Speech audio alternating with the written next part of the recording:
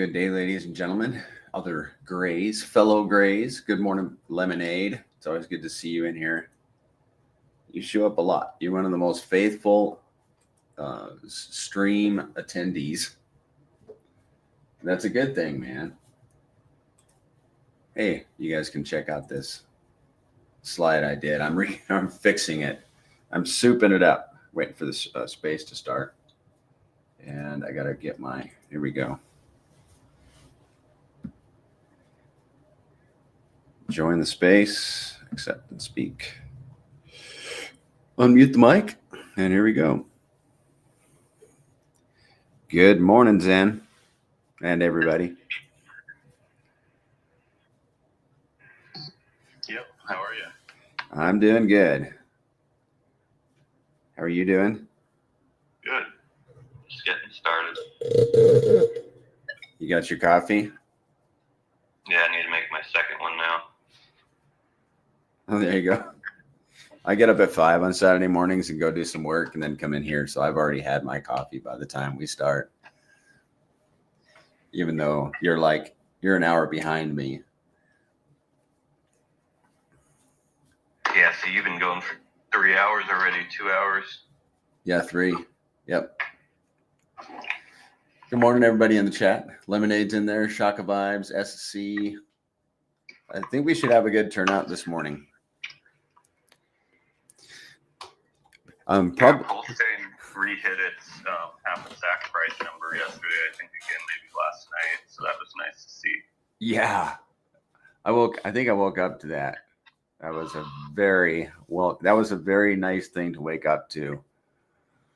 Well, it's because, Ethereum's at what, 40, almost 42? Yeah, I saw that. I think someone said the SAC fund wallet hit an all-time high last night.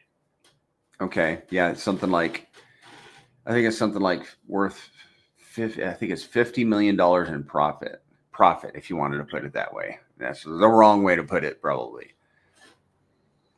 But that's what I think that sounds good. That's the crazy part of how massive that wallet is just with like a 10% increase on ETH from that level is $50 million.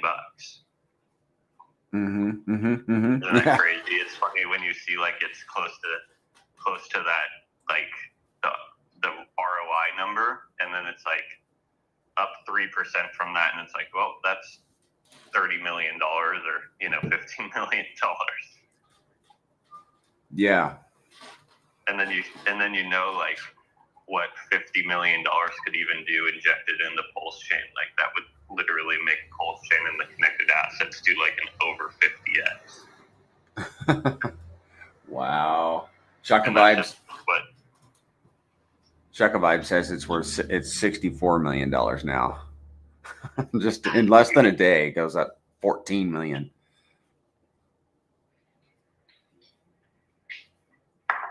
Yeah, it's crazy. Just what it's up today, 14 million would literally change the morale of PulseChain, and a 10x or whatever that would make us do would be insane right now. Yeah.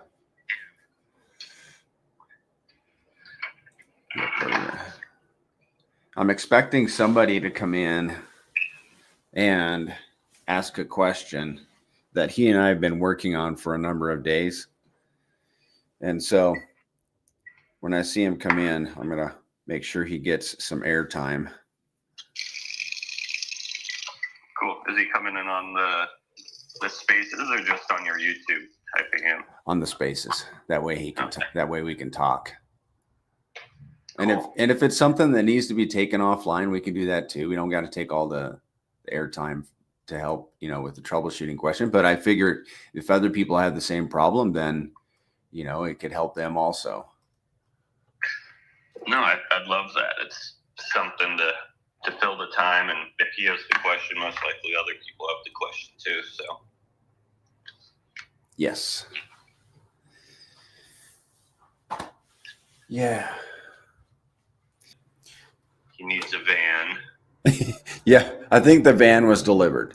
Somebody, from what I understand, somebody gave the van. to the cause. Yeah, I was like thinking about that, and I'm like, they were talking about how the standard van would take, I think they said like 7 trips back and forth. Right. Like at that point, like you don't have the van, it takes 7 trips. It's like, just get like a big U-Haul and then it's 1 trip. Right. Then you could rent a U-Haul, you know, those are. Well, that's what I mean, you can rent a U-Haul. But it sounds like they got the van. I think they probably also need the van for day-to-day deliveries and stuff like that. And, you know. Yes. And just so people. Rent. Just so people know, the van is presumably to be used for transporting the marketing material. Just so everybody knows. I hear that Richard Hart has been tweeting a bit. I just haven't looked. I'm about to look, though. Oh, last night? Yeah, or it must have been last night, yes. Yeah, let's see what that is. I didn't know either.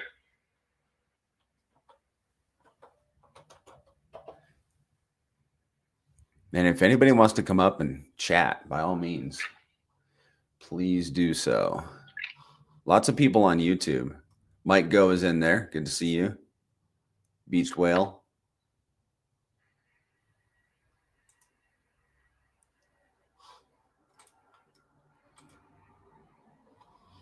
Let's see.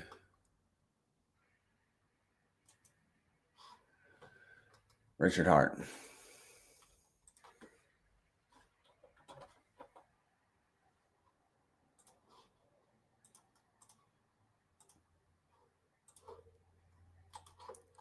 Scroll down a bit. 5 hours ago, he says, let me give you some free technical analysis. Here is gold's triple top into 61% move in a year. Do you see how similar it is to the Ethereum chart? I guess it helps to be looking at it. If you want me to read the whole post, I can. And the one before that was a smiley face about the van. 7 hours ago, he posted, Ethereum, I ain't never heard of no sextuple top. Yeah, it's actually spelled like that. Bitcoin, at what price do you think ETH flipping BTC threads start popping up? 10K?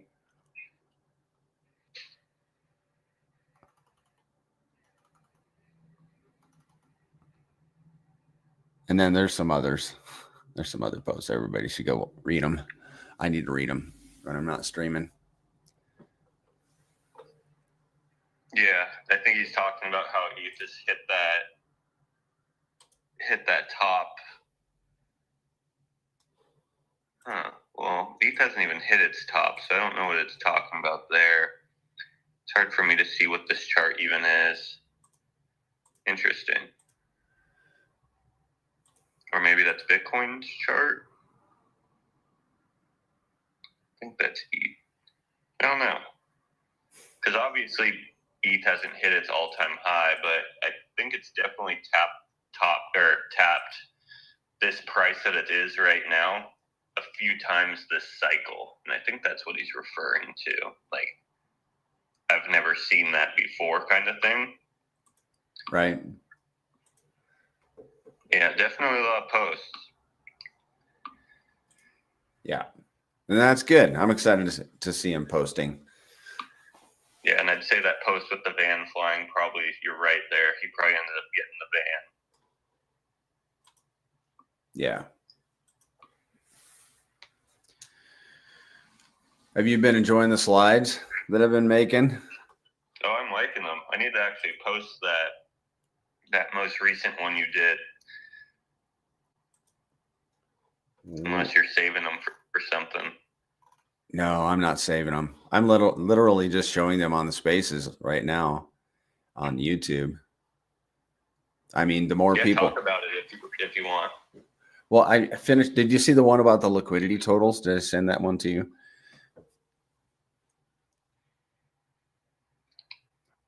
I don't think you did. Maybe you did. Or I may have skipped that one. I didn't send them all because I didn't want to like pepper you with so much stuff. But tell me about the liquidity total one. So this one's interesting because I have it, I have it in my head, or I've done the math before, but the liquidity, it's the liquidity. It illustrates the liquidity between pTGC and UFO. But I broke it out into RH cores. So, and this is obviously just a snapshot in time. I did this yesterday. So pTGC has, with RH cores, $5.67 million in LP. UFO has $8.02 million in LP with RH cores. But their total LP, pTGC has at the time $9.8 million, UFO $15.16 million in LP. So UFO has thicker LP with RH cores, and it has more LP period. And it's just it's cool to see it like in an image at a glance, and it's always fluctuating, so it's not fixed. But nevertheless, it's insightful, and we know that UFO has had thicker LP than pTGC for some time. Yeah, I do find it interesting, though. I find that very interesting that UFO is, in my opinion, a very hidden gem on PulseChain. Like, I don't think a lot of people really understand how massive that system can get compared to its market cap. Because the market cap is still really relatively low in comparison to pTGC, but the liquidity is, at least you would consider 50% larger than pTGC's. So it's like a sixth of the price or a fifth of the price, but liquidity is 50% more. Obviously supplied by the community system of it could come and go. I don't think a lot of it's leaving. I think if some leaves, I think we can also count on some coming. You know what I mean? Just like people can take LP, people can add LP. But the last time UFO kind of had its big run, because it's so heavy in LP with RH tickers, it's very much like an index of those tickers.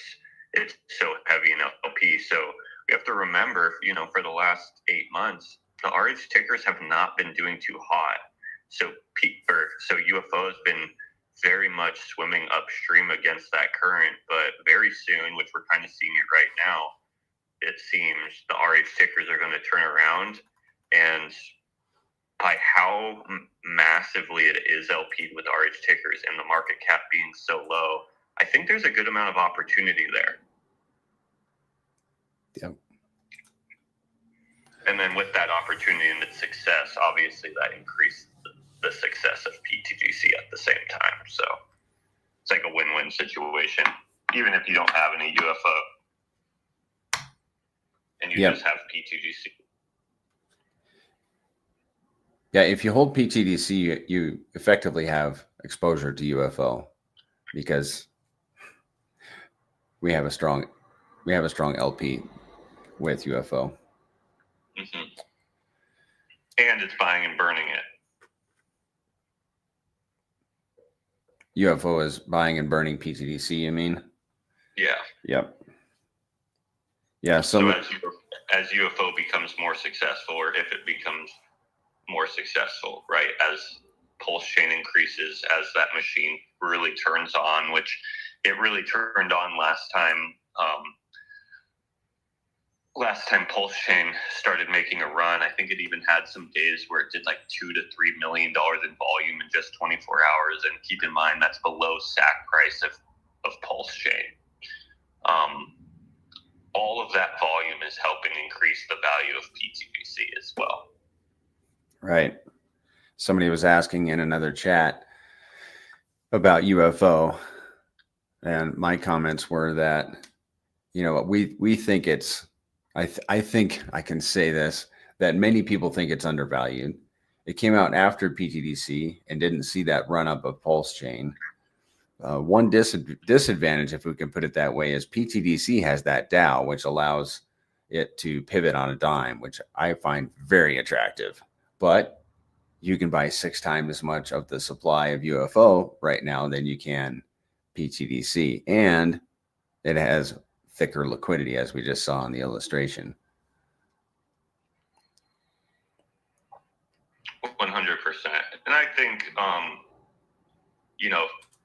with UFO, there is players that do want it to succeed, even if things change over time, and it's not designed in the same way as pTGC, where that DAO can constantly adjust with whatever circumstances appear on chain.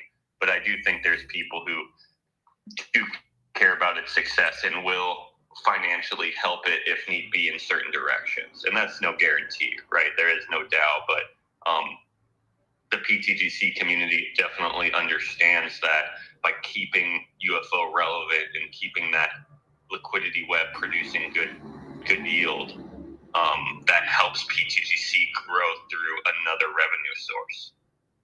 Mm-hmm.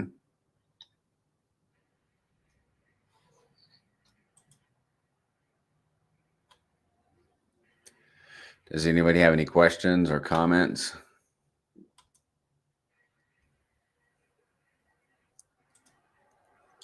It is a little quiet this morning. The questions really help, honestly. They help the conversation. It's a pretty bullish morning. I love seeing the prices move up, right? Like seeing PulseChain's prices start to increase is really nice. We have pTGC up, I think, 8 to 9% today, and it's currently back at the 15.5 PLS to 1 ratio. So nice to see that ratio kind of bouncing back a little bit too. Yeah, and let's talk about that, because some people are expecting, or some people think that they wonder why the ratio isn't going up.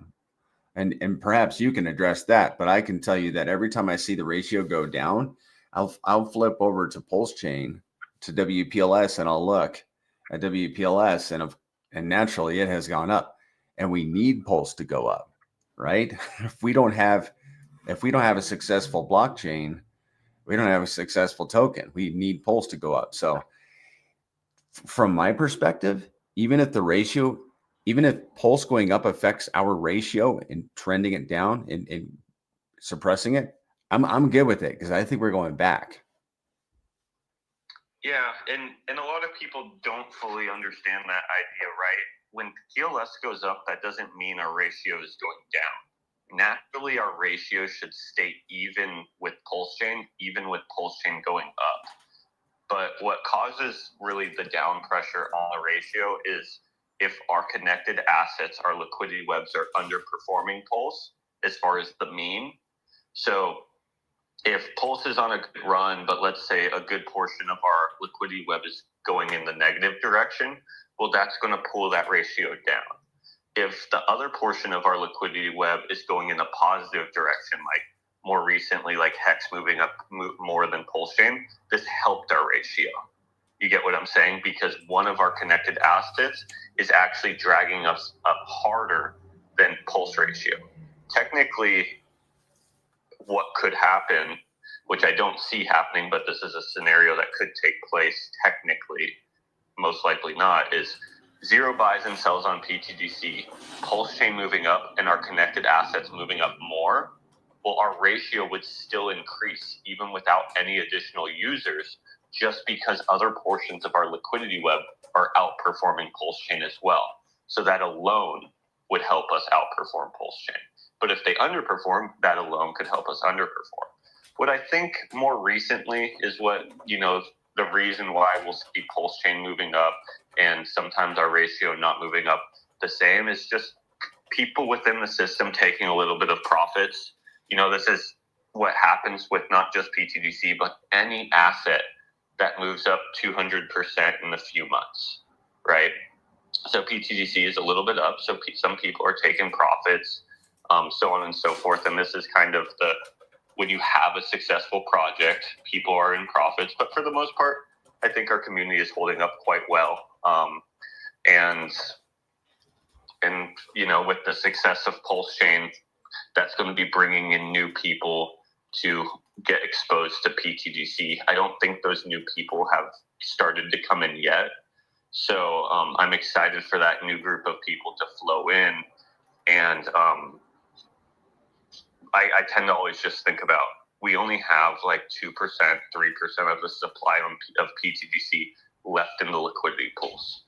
And there's about to be a massive marketing campaign for PulseChain. Hopefully a marketing campaign that exposes PulseChain to a good portion of the United States or possibly the world. I don't know if this marketing campaign is heavy in other countries or what other countries, right? It seems like the first thing is United States that they're going to tackle. But I do think that PulseChain is going to start popping up in places. I think there is a big marketing campaign that's coming out soon. So the world is soon going to be exposed to PulseChain, in my opinion. They're going to be exposed to PulseChain because of green candles. They're going to be exposed to PulseChain because of in real life marketing, maybe some internet marketing, etc. That means the world is technically going to be indirectly exposed to pTGC.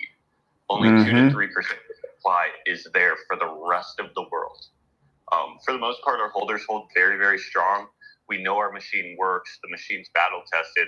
I'm super excited to see what happens to pTGC when the world wants to be exposed to this brand new style of asset that's never been done before, but battle tested for 2 years at the same time. It's, a very unique opportunity. The liquidity is there at that point. Personally, I think the machine will be running at higher levels. I think the price is going to be a lot higher too by the time general people start coming into PulseChain, because like if you think about it, what price do you think PulseChain could be when like there is a mass inflow of more retail or other crypto people from other blockchains? Like when they start to kind of come in, I personally believe PulseChain will be like 5x higher. Well, that means pTGC and UFO will probably be roughly 5x higher, more, maybe a little less. So they'll have to spend 5 times the amount of value to get at the same percentage of supply. Our liquidity will be 5 times more. Our value generation should be 5 times more. So when they get to PulseChain, they're going to be able to see a machine that's actually running at higher levels, where when the machine runs at higher levels, this is what we saw last time PulseChain kind of had a little run, the utility became more obvious, right? When it goes from generating $20,000 a day to generating $100,000 a day, it becomes easier for like a general person who's just kind of glancing at things to notice it. It's kind of like it's louder. And that's what we want to be. When new retail or, new crypto people come into PulseChain to be exposed to, this unique opportunity here, we want our machine running at higher levels so we can get their attention and show them what this product can actually do.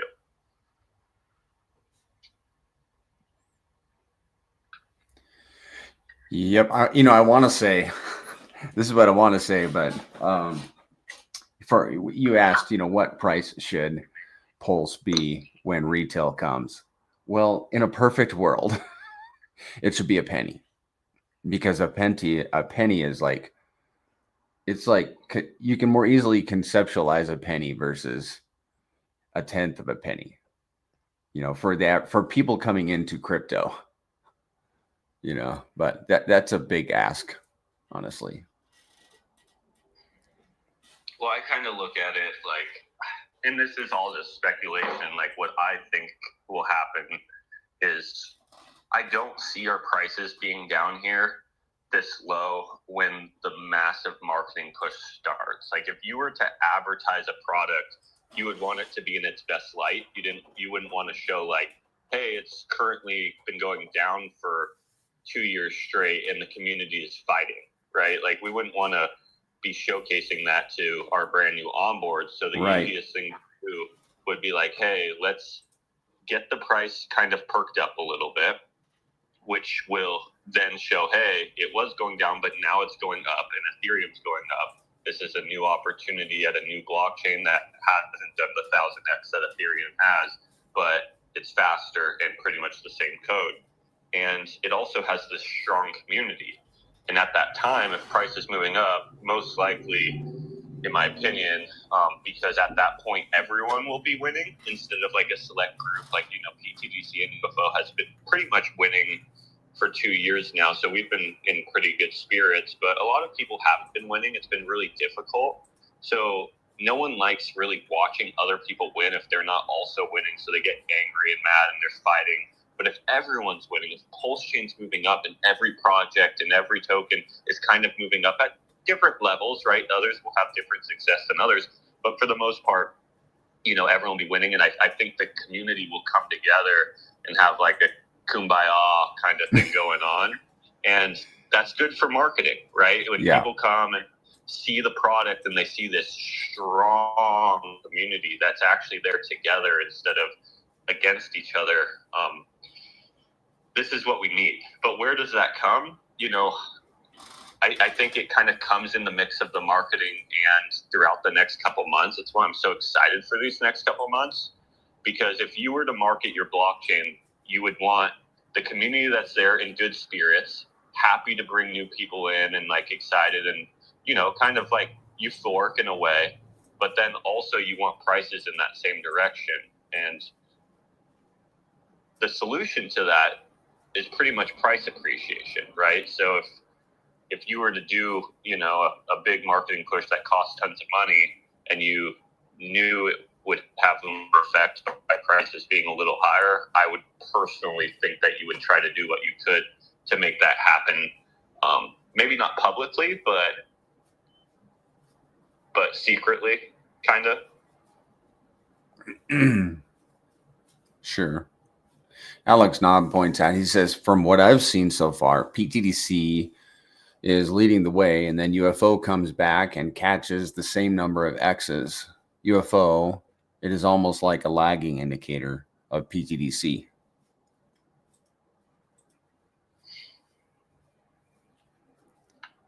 I don't. Last time PulseChain went up, PulseChain topped out, I think, in around December and maybe beginning of January. But pTGC and UFO topped out around February. So in general, it seemed like pTGC and UFO, I wouldn't say a lag because they were doing more X's throughout the push of Pulse, but they even went like an extra month and a half longer than PulseChain. I believe that's from people finally kind of being up on their PLS assets or their RH assets, and then we're willing to take some profits that because they're up in dollar value to some sub ecosystems that were performing well. It's very difficult for users to do that when Pulse is so low or Hex is so low or PulseX is low, because they're like, wow, I'm down on this right now. I can't rotate it just yet. But when prices start going up, even if the ratio isn't a better deal, most people don't understand that, and they just see, oh, hey, my $30,000 of RH tokens are now $60,000. Like, I am now willing to now pull $10,000 off the top and speculate on this sub ecosystem. Like pTGC and UFO. I think this is just like human psychology, even though you're not getting a better deal, right? Like, it would have actually been a better deal to rotate a smaller amount lower because you're getting more pTGC tokens for the PLS ratio. But most humans don't think like this. And even the ones who understand this, it's harder to do, right? But when everything's up in profits or around profits, I do think some of that value rotates into the sub ecosystems that kind of have a little bit more leverage going on, if that's what you want to call it. More, the X multiplier theory going on is what I like to call it. And I personally don't think this is going to be any different, right? Like, I think when PulseChain starts going up, existing people that are here that finally get put into profits might be willing to rotate some of that over to RH tickers. I definitely think even the people within pTGC that maybe consider rotating a little bit of profits from pTGC into RH tickers now, as PLS and pTGC and Hex go up in price, that rotation maybe slows down a little bit because that discount on those assets, are disappearing as well. But then also the new value coming in, I think a portion of it lands on PulseChain, Hex, RH tickers. But I think also everyone kind of has a portion of their portfolio that they're willing to look at sub ecosystems on a blockchain that have innovative ideas and strong communities and put a portion of value over there as well. And the cool thing about new people is they don't have like an emotional situation going on where they feel like they knew about something for a year. They saw it at a $10 million market cap to where they're like, oh, I can't do it now because it's up another 10x. I knew about this early. Brand new people coming in have no previous history or thoughts about a protocol. They're landing brand new on this blockchain. And what catches their eyes and what, you know, they see performing well is where they're going to go. They have no emotional feelings about knowing of it early because they're brand new to the space.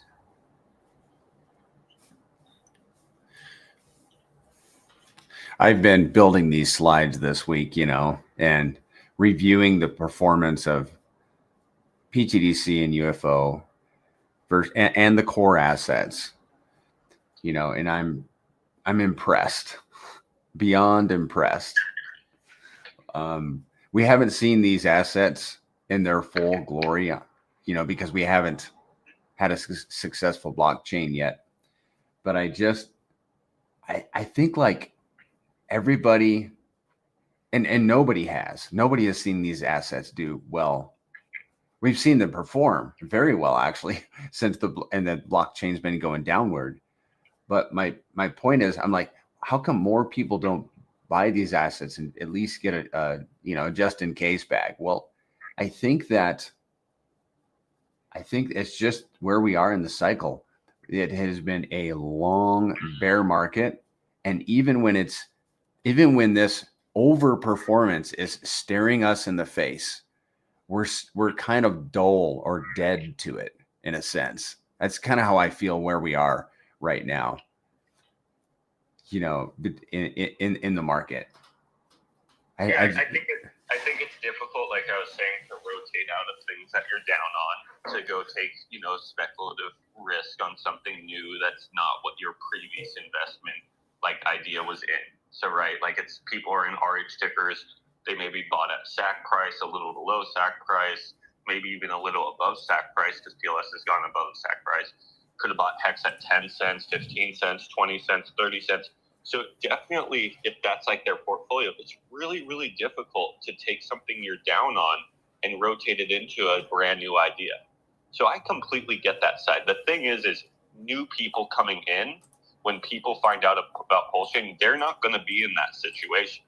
They will be getting in right then at those prices.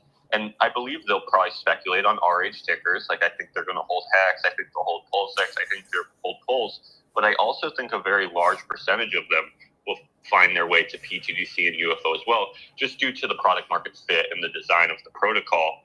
And then even if they don't, like let's say they just get HEX or PulseX, well, that's great for us because we want PulseX and HEX to increase in value because that increases pTGC and UFO in value. So we win kind of either way. So that's one situation why, right? Like I just don't think they're willing to move value when they're down on that value. I think once they're up on that value, they maybe will be willing to rotate some of it, even if it's not a better ratio deal, but it just feels better price-wise. And then the other situation is, I think just some people have seen pTGC for a year and a half now, and if they didn't take action early, they now feel like it's a little bit too late. But really, it's not too late. This is the same example as people who said, oh, I knew about Bitcoin at $6, so why would I buy it at $100, right? Like I knew about it, it's too late now. But then guess what? When Bitcoin got to $1,000, they're like, all right, I need to get exposed to this. Like this isn't going anywhere. This is becoming a new revolution of store of value. This is the best store of value that exists. I have to be exposed to it. So at some point, when it eventually gets to a certain size, that idea kind of changes to where, okay, it's not going anywhere. This is a great place to store value now because it's evolving into it to where I think people just make that transition. But again, that it goes back to new people coming in, right? Like people who knew about Bitcoin at $6 had a hard time getting in at 100. But people that just heard about it at 100, they didn't have this emotional feeling with Bitcoin. They said, wow, I just found out about this. It's only $100. This is a brand new product. It's only 4 years old. Like, this is awesome. I'm so lucky to find this. I personally think this will be the thought process of the new onboards to PulseChain. people are going like, wow, I just found out about PulseChain. It's 3x above SAC price. Ethereum's up 1,000x.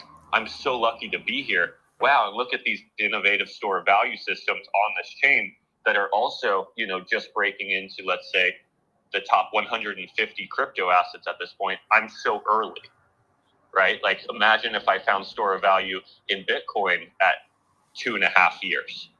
And because they don't have that emotional idea going on that, oh, I knew about that the first month it came out, I just didn't take action on it. It's a completely different scenario with new onboards coming in. And that's just what I think will happen. Like, who knows, right? Mm-hmm.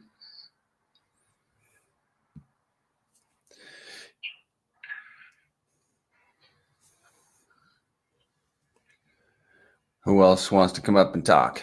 I don't think we've had anybody come up and talk yet today.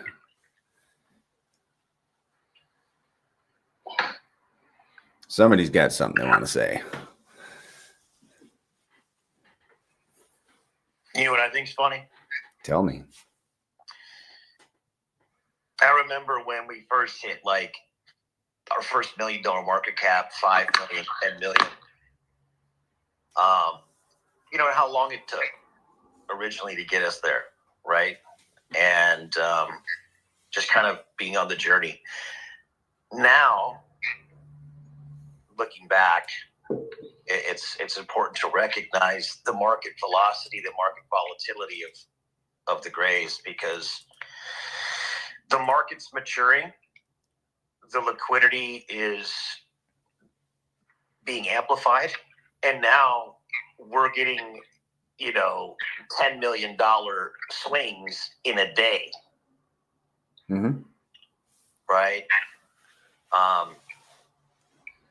Do you remember? I don't know if you were here, but Zed, you remember when we first hit our $10 million market cap?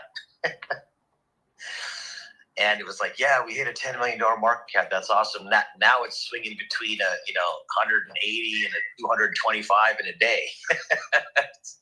It's just getting interesting and fun to think back and look that, what that actually means is that the market for pTGC is maturing on PulseChain.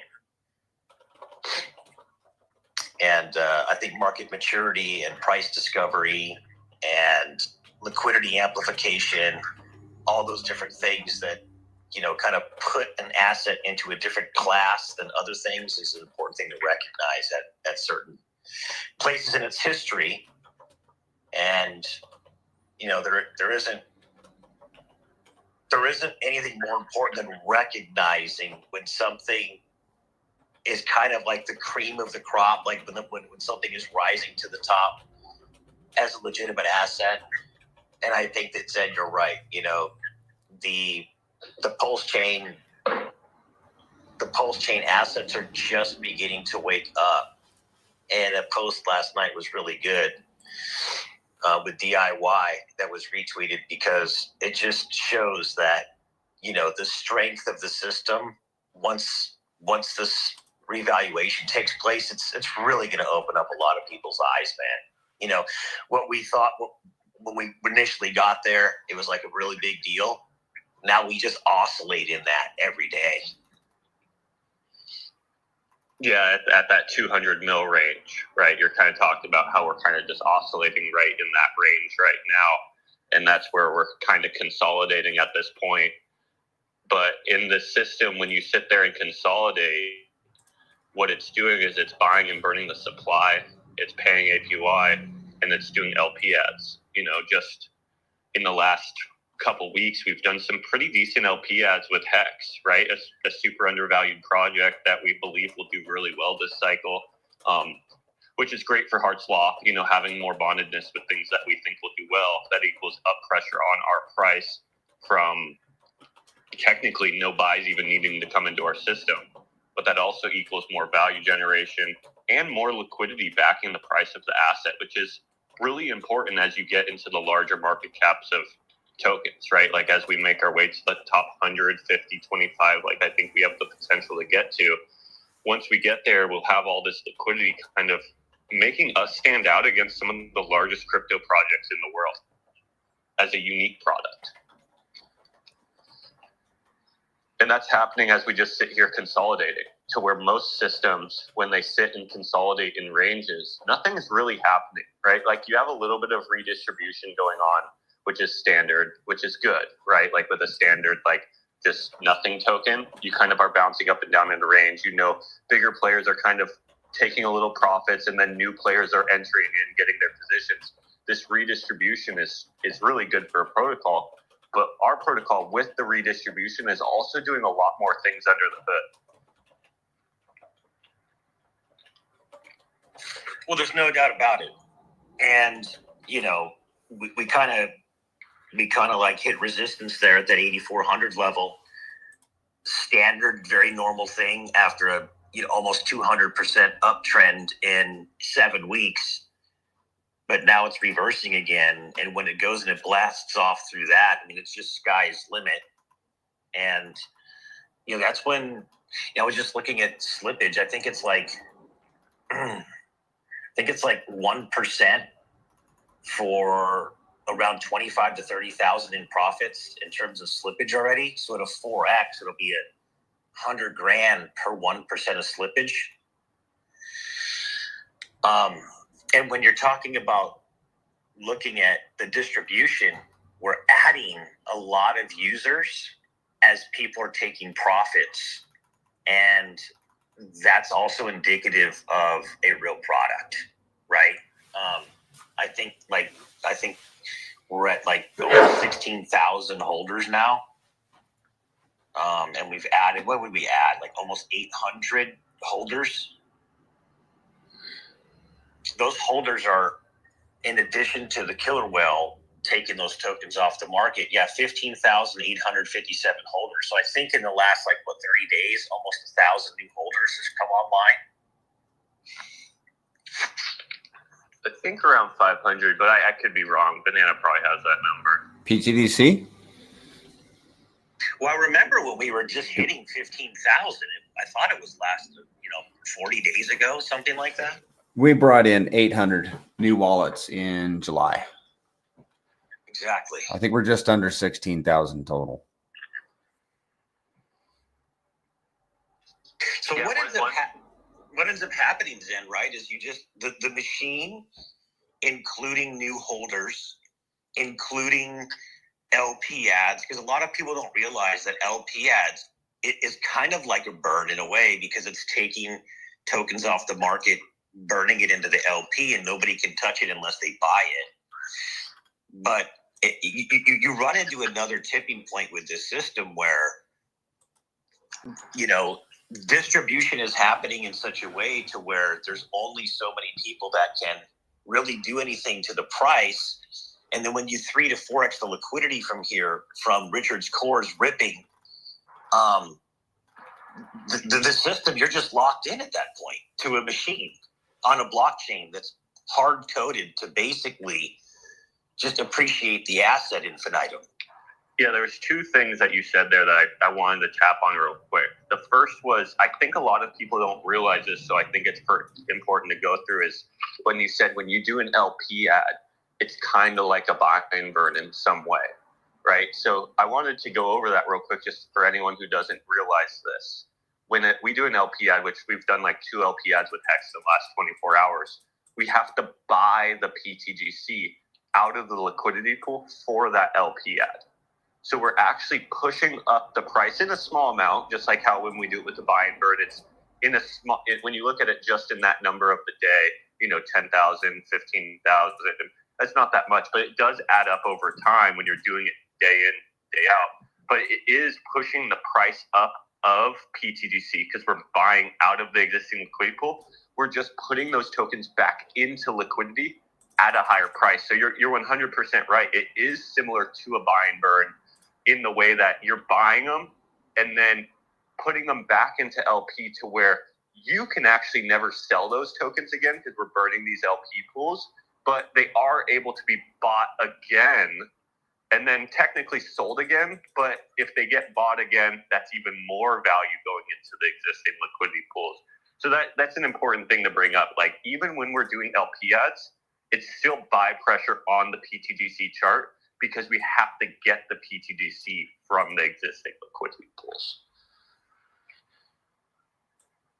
Yeah, well, and it also just keeps enlarging the working capital of the system. Mm-hmm. By a lot more than just an LP ad too, or than just a buy and burn. When you do a buy and burn, let's say it's $10,000. You're putting that $10,000 into the liquidity web, so now that $10,000 is working for the system. But when you do an LP ad, you're putting $5,000 into the LP web, right, to get that pTGC. But then you're bonding the pTGC with the hex or the PulseX, and then you're putting that into LP, which then is another $10,000, right? So actually there's $15,000 going into the system, working for the system, instead of $10,000. So it's actually increased by 50%, if that makes sense. It makes sense, and I'll just say this just for fun. I keep envisioning a tipping point where you've pretty much washed out all the people that didn't value what they owned properly, right?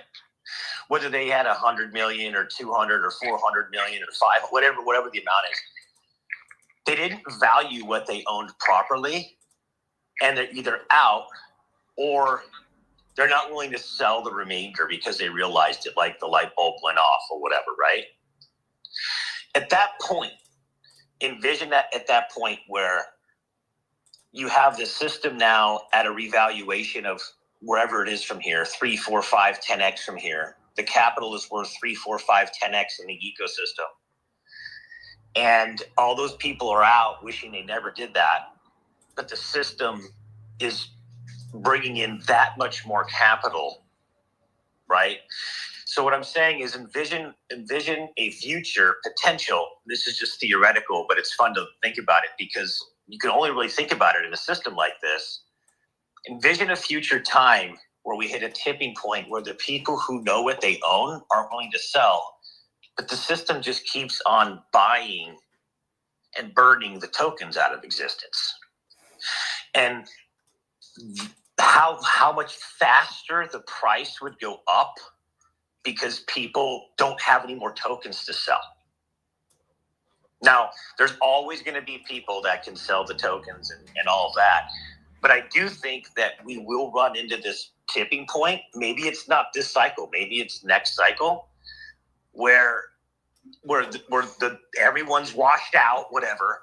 The people who own the coins know what they hold. And you have this exponential growth rate curve because the system's generating so much money and there's nobody left with enough capital to hurt the chart, and the remaining holders are just, they don't need to sell, right? What happens to the price, Zen, just theoretically, and how quick, right? When you run into that kind of a tipping point? Yeah, obviously that just equals more buyers than sellers, most likely, because you know the machine's going to be buying up the chart along with whoever sees value in the product. And if the people who are sellers are either washed out or feel like they've gotten the profits they were looking for and are willing to let the rest be a store of value long term. Another thing to think about is, when PulseChain goes up, let's say 10x from here, that's an easy number, our liquidity will revalue 10x. And if the liquidity value goes up 10x, what a $2,000 sell, let's say someone like needs a little profits to pay some bills or something like that, and they take $2,000 today. Maybe that brings the chart down 1 or 2% or whatever. But in the future, that would be like the same thing as a $200 sell right now, because our liquidity would be 10 times larger. So think about in the future, these players who maybe, take profits here or there to pay bills, like what the system is designed to be. Well, once everything's revalued 10x or even more, like let's say even 100x, if PulseChain is like a legitimately large, successful blockchain, well, the sell of $2,000 today is the equivalent of a sell of $20 today. Or you could even go a little more extreme and say, like, okay, a sell of $20,000 a day. It's a pretty big sell. You could probably pay a whole month's worth of bills plus more with that.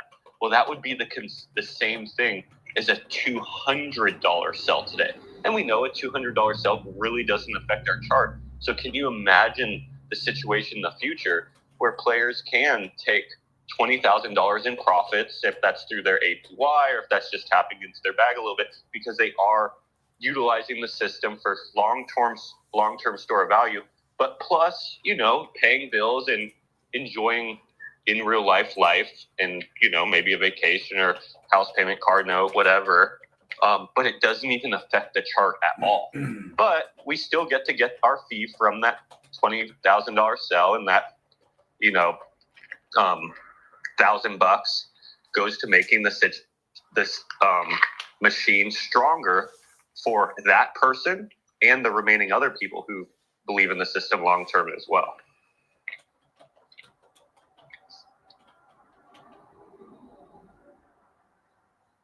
Yeah, that's why the revaluation of Richard's chain is going to be a massive eye-opener for a system like this for people, and for people who've been watching on the outside. Because right now, a $20,000 sell, it basically moves the chart 1%, right?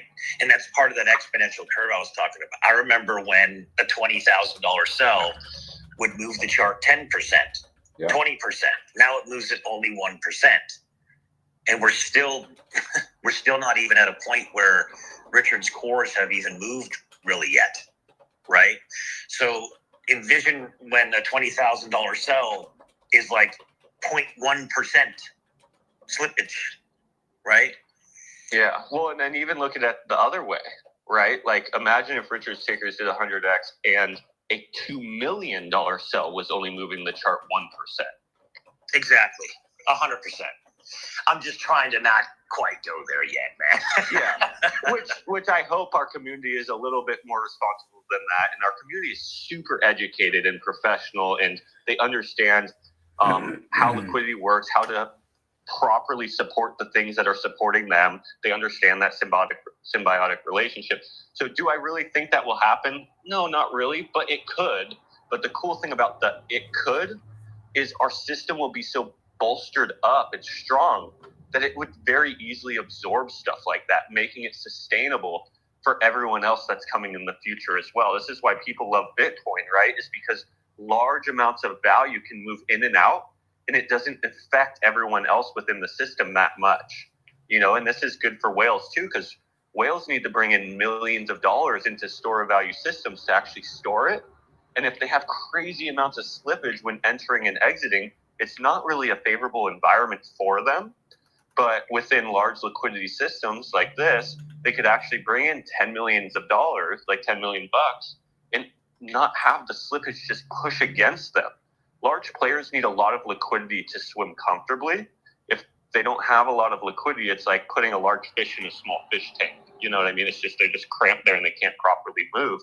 And our system will be offering them the environment that they actually need to thrive in, right? A large fish or a whale can't thrive in a small tank, but if you give them enough water to swim freely, this creates like a very favorable environment for them to be in, and they're going to gravitate to that favorable environment.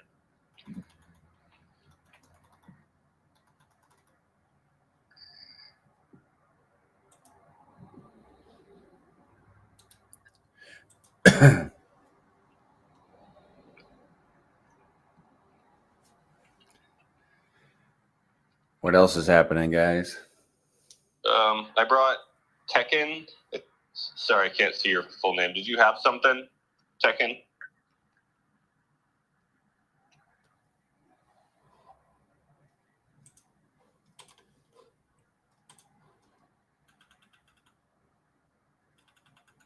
I'm trying to check to see if he's the guy that I was helping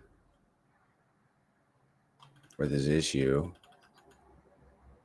Nope, I don't know what Tekken. Okay, he might just be hanging out. If you have a question, feel free to come up and ask it. If not, we're going to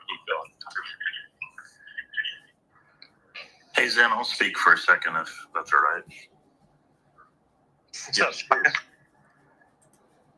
Hey, good morning, guys. Hey, I just want to share a little different perspective, maybe to give some food for thought to people about pTGC and UFO. And, just if I start boring everybody, just cut me off. But so long story short, I started in the business world right out of high school. Went to college a little bit and started my own company, quit college. And you go through these cycles, right? When you first start your company, you're basically living in it. You're broke. You're eating ramen noodles every day. And it's keep working hard. Your business grows and you start making a little money. And that's when you start feeling, for lack of better words, rich, right? There's a big difference between the word rich and the word wealthy. And you start being rich, and what you do with that is you just start spending it. You keep growing your company, you keep growing harder and harder, but you keep spending it. So you never really create any wealth. All you're doing is you're growing your lifestyle, of course, but you're just spending as much as you're making. You then start to smarten up and realize, my company is not growing because I'm spending everything as I get it. As soon as I make money, I'm using it on other things. What if I reinvest this money back into my company? Then what will it do? So then you start doing that. And, I won't be specific about my companies, but, I operated in 3 different states. I had a couple hundred employees at one time. And when you reinvest in the assets that my business was using, it started to compound, and you start realizing, well, now all that money is working for me. And you keep growing it and you keep growing it. And then you start to realize there's a difference between getting rich and getting wealthy. And as you start to get wealthy, and as your friends get wealthy and you go on these channels, you start realizing everyone's looking for places to park their money to turn being rich into wealthy. And that's when money starts working for you. And for me, that's what I found in pTGC. I didn't know Zen. I didn't know any of these guys. I'm not even a big crypto guy. I'm an entrepreneur. I'm older than probably most of you on this call. But pTGC made a lot of sense. I started just really digging in and watching it and looking at the math and how it actually worked. And it was outperforming by far. I'm not even including the price appreciation. I'm calling just AY, ignoring what my bag's total value went up. But what it was outperforming any commercial buildings I owned, any apartment complexes I owned, and the return on capital of anything I was putting into my own companies. And that's real. That's real data. So I just challenge you guys to maybe look at your crypto bags a little bit more like your own company. My coins, my money, what's this worth? It's a commodity, whatever you want to look at it more as like your own little company. And you want to provide cash into the assets in your company that are producing you more cash. If you own a certain kind of company and say it's a restaurant and no one's buying cherry pie, you're not going to buy more cherry pie. If they're buying all cheesecake, you're going to buy more cheesecake, right? It's the same thing. Where's it going to go? And then start learning how to consider the APY, the yield, as what that is working for you, not just the price appreciation. And with pTGC, you can literally spend all your yield, 100% of your yield every month, and you would still have a larger of the reward pool because you're in a product that's ever deflating and your bag's only growing in terms of tokens. So as I see some of these sales come through here and there, and I get it, I totally get it. People are up on profits. They want it. They want all the kit. Great. If that's what you need and that's what you do, then, I tip my hat. I never, ever want to tell anyone what to do with their money, with their crypto, with their companies. None of that. I believe every man for themselves. But with that being said, just consider the yield portion. Consider it and look at it and say, what if I just took my yield and sold my yield every month? What is that number? Mm-hmm. Is it $200? And it's like, hey, that's covering my electric bill every month for the rest of my life, or it could be $2,000. And that's, hey, that gets me a truck payment or a house payment and extra. And how can I keep growing that so that monthly number keeps going up and up? Because once you sell the assets, so say you're in your own company, and you start selling the assets that are making you the money, the company will shrink and die. A company has to be growing in order for it to survive. If it stays the same size or shrinks, it will die. There's never been any proof of anything opposite to that. So maybe just take a look at your crypto bag. Treat them a little bit more like a company. You're a business owner. Those are all your assets that are earning you income. And figure out which ones are there to sell. You know, buy and sell, buy and sell, buy and sell, just like you would in a company. You just got to make sure there's always buyers, right? Or else what? You're out of business. Or do we get ones that are producing yield, consistently putting yield, and yield very wisely? Maybe reinvesting part of the yield, spending part of the yield, whatever makes sense for you. But, you know, just speaking from a guy that's probably got some years on some of you in here and some different experiences, I just want to share that, because I don't think many in this group really realize how special these projects that Zen created are. You don't find this. You don't find yield producing assets that feel very safe and comfortable in the real world. And the ones that are in the real world that are safe and comfortable, for example, say some of the real estate and so forth, it takes so much capital to get some of your return. You can't go get in one of these projects I'm in for less than $500,000. That's the initial buy-in if you're going to be in one of these groups. Most VC groups I'm in, you know, some will do 100 grand, but most of them are 200, 250 grand to get into that group to get your small share. And if you're getting 10 to 12% a year, you're stoked. pTGC is proven to just dominate that number. So I won't keep rattling on, but just maybe try to look at through some business goggles. Look at your crypto as a company. Look at each company as all your workers, all your assets, all your employees, and just strategize maybe a little bit of a different way than you initially thought you were going to with crypto. Yeah, one thing that was standing out to me, you're saying like it depends on everyone's portfolio size, but you're kind of talking about how some people might be getting $200 a month in passive yield, or some users might be getting $2,000 a month in passive yield. And that could be what's happening like today, right?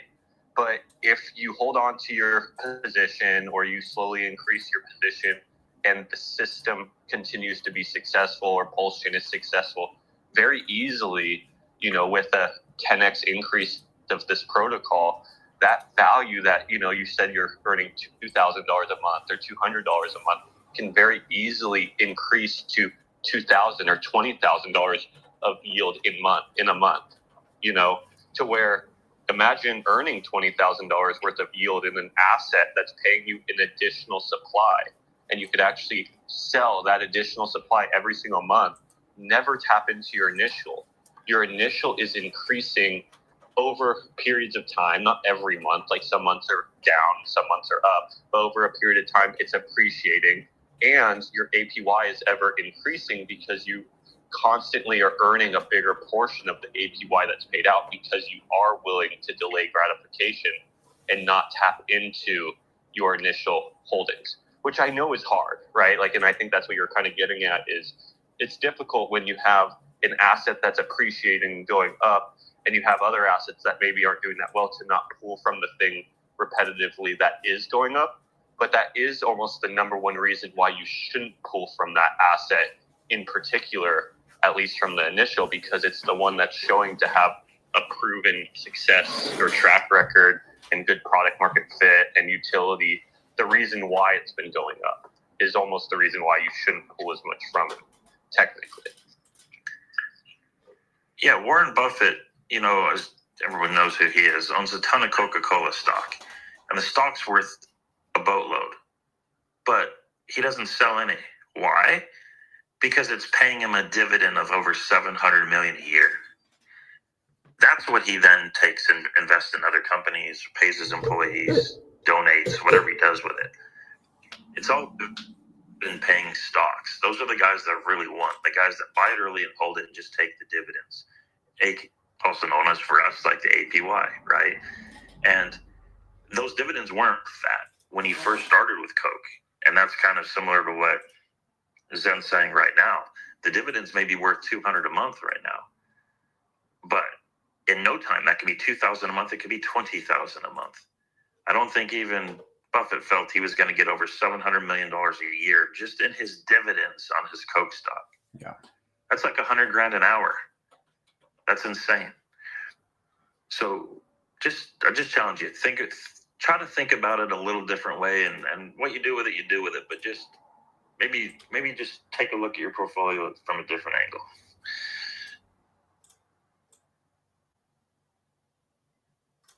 Yeah, it's one of those things, Shaka, too, where, you know, once this system proves itself without a shadow of a doubt, which personally for me, the only question at this point has been, we got to see PulseChain become successful, right? Yeah.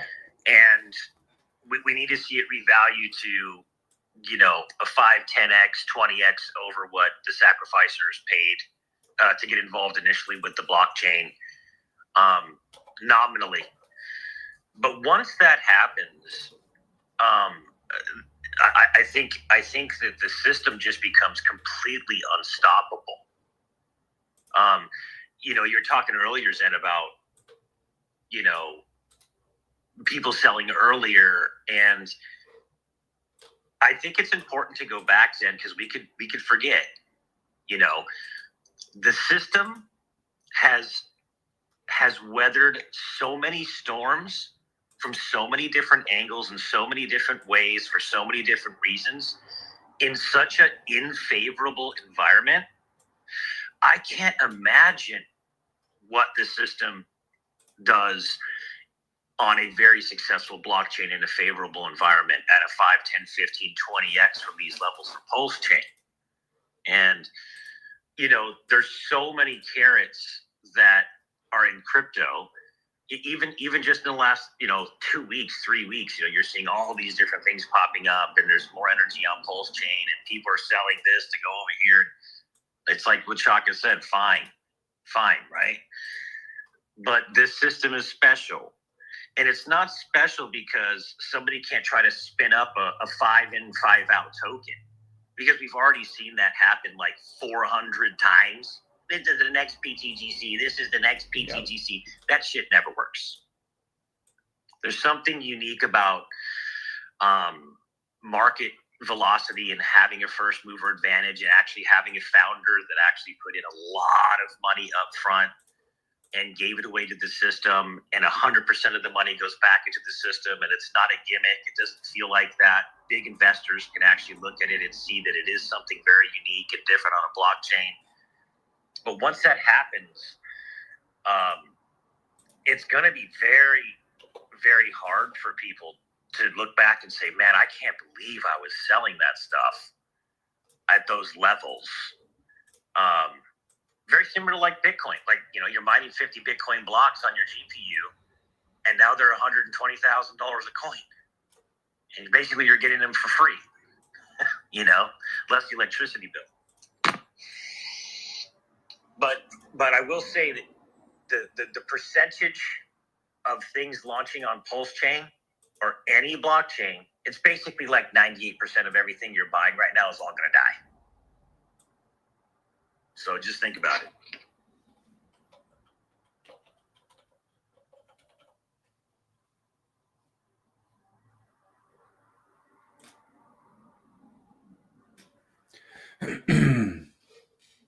Mm-hmm.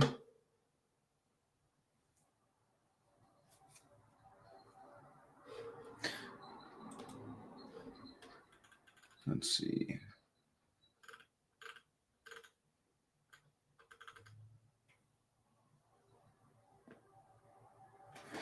record of events, are you on the spaces?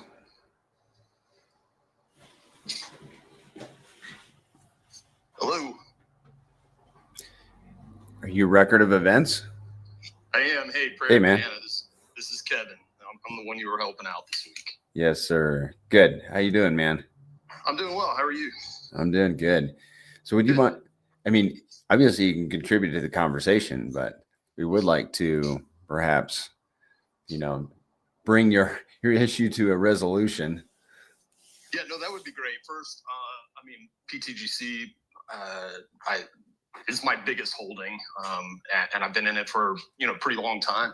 I got in a couple $1 million market cap, so I feel very fortunate about that.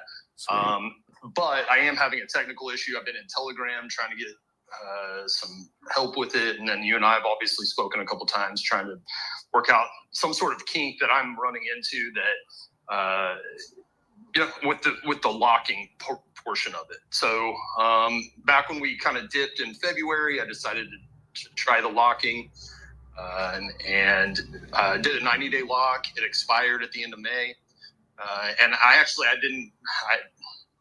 was busy with life. I didn't do anything with it, and then recently went to go try to unlock it, and it won't unlock. And so trying to figure out. I thought it was a MetaMask issue, so I switched to Ravi, and it's still giving me error messages and won't allow me to unlock. When I look into PTGC, I can see my entire dashboard. I can see, the holdings, what is staked, what is locked, what it's earning, everything. I can see my timeline that I locked on, but when I go to unlock it, it won't allow me to. So I know some of the suggestions have been increase gas. I've done that. I'm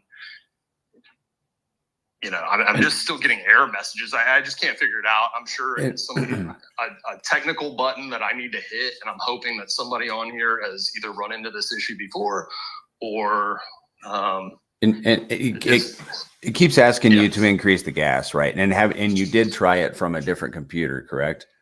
I've tried it. Yeah, I've tried it from a different computer, multiple wallets, or MetaMask, and then I import it over to Ravi.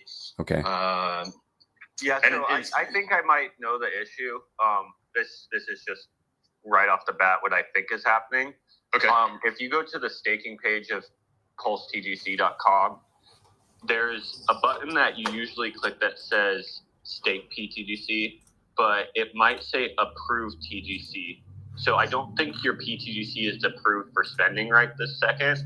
So you need to approve it first, and then it should let that transaction go through. I think that would be my first guess. I think you may have given me that suggestion in the Telegram chat, or I think you and I were dealing on X a little bit too. But I can certainly try it while we're sitting here. Yeah, please do. Didn't you have some other locks that you were able to unlock? Or am I thinking of somebody else? No, but I was able to claim. Successfully claim my initial amount. You should be able to claim still. This is why I think it's this approved thing. And there is a way, sometimes you have a portion approved, but not all of it. And that's kind of the issue. And I know Jimmy Rintz knows the solution to that. And we'd have to tag him in the Telegram if that's the case. But that makes sense with the thing I'm talking about, because to claim, you don't need to approve your existing tokens, but to withdraw or to unlock, you need to have those approved for transacting. I'm pretty sure. Okay, let me see.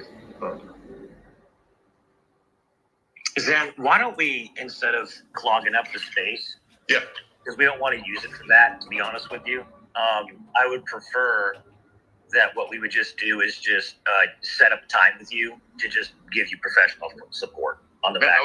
That would be really fantastic. Yeah, so let's just do that. Tag Prairie and me in TG, and we'll get you in there, and then we'll do a walkthrough with you personally. Yeah, I really appreciate that. Thank you. No problem. We've run into this multiple times, man, and it's always some kind of a user error somehow. Yes. So yeah, just please tag us. Yeah, we'll do. I appreciate it. hopefully I already solved it. I think that's the problem, but it might be the situation where I know Jimmy Ritz has the solution for it. I just forget it right now.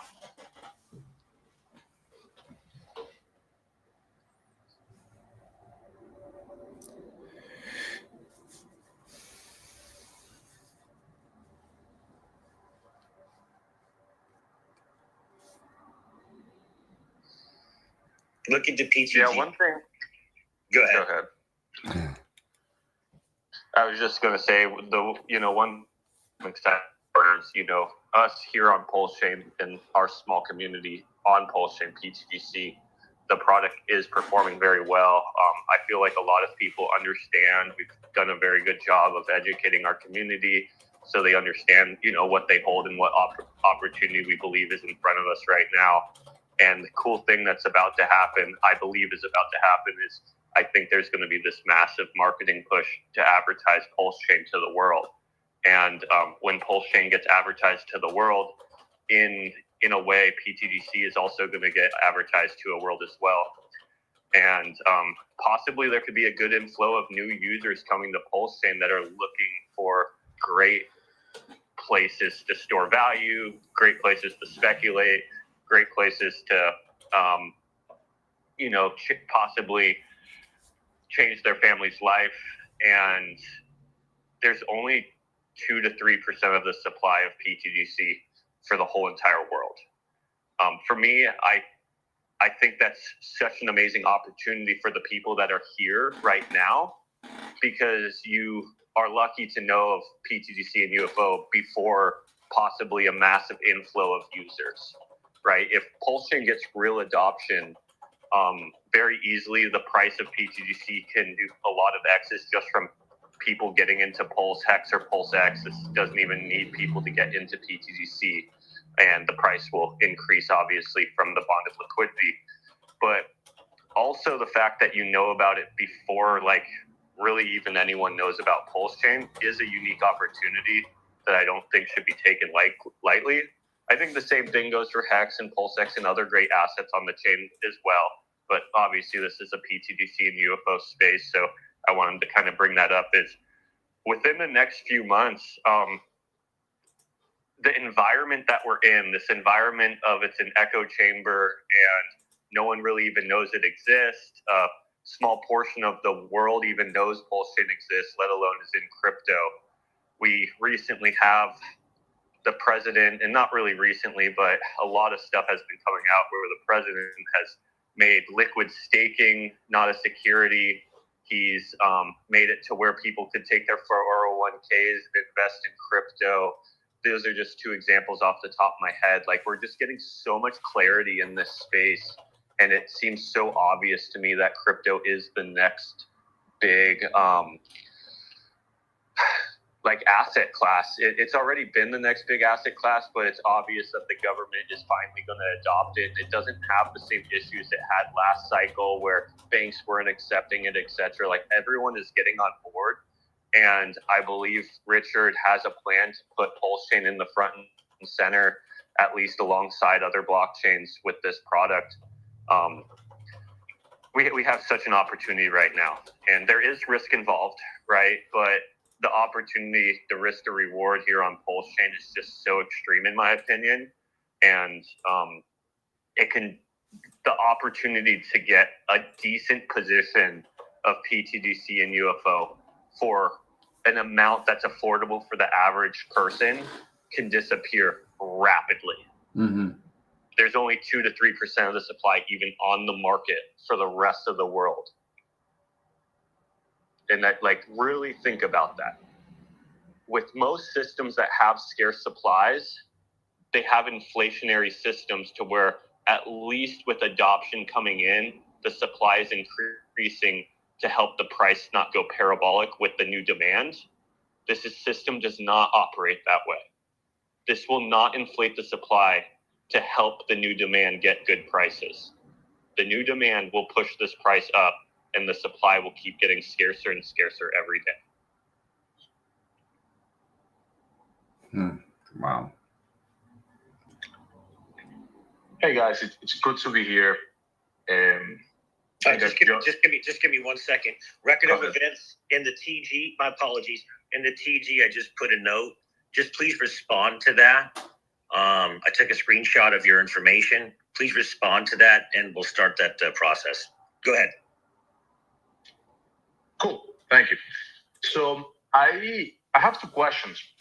They're very simple questions, but I'm pretty sure it can also be good information for a lot of the newer people here, kind of including myself.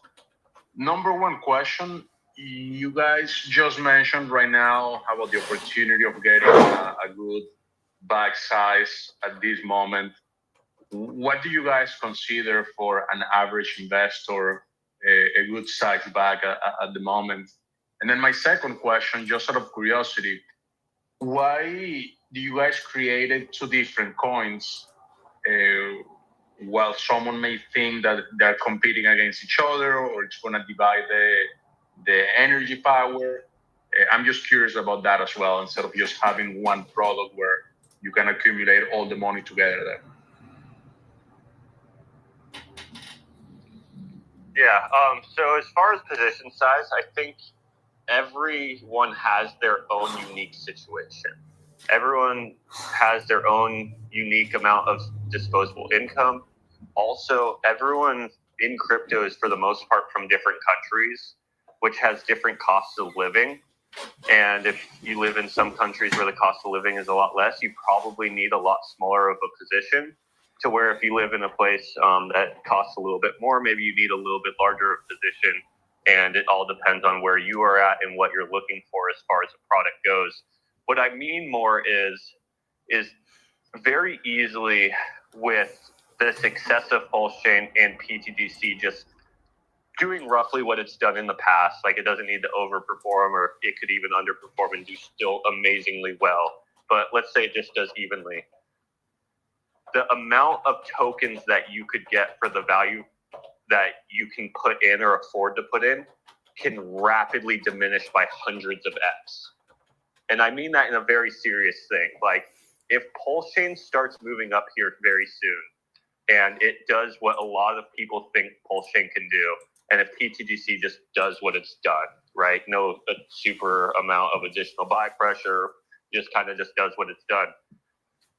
Your position could be technically diminished by a 100x in getting in today compared to getting in from a year from now, right? If you're in other assets, so those assets do X's too, then maybe it's an even trade, so on and so forth. But, I'm more just saying that I think there is a lot of opportunity for people that maybe aren't involved in pTGC yet, or maybe not even involved in crypto yet. Right now at the lows of PulseChain and what I believe extreme discounts to pTGC, everyone has their own unique amount of disposable income or what they're willing to risk in these risky assets like this. But there is unique situations where you can get into an asset early and let that asset run up a lot of X's in the right assets.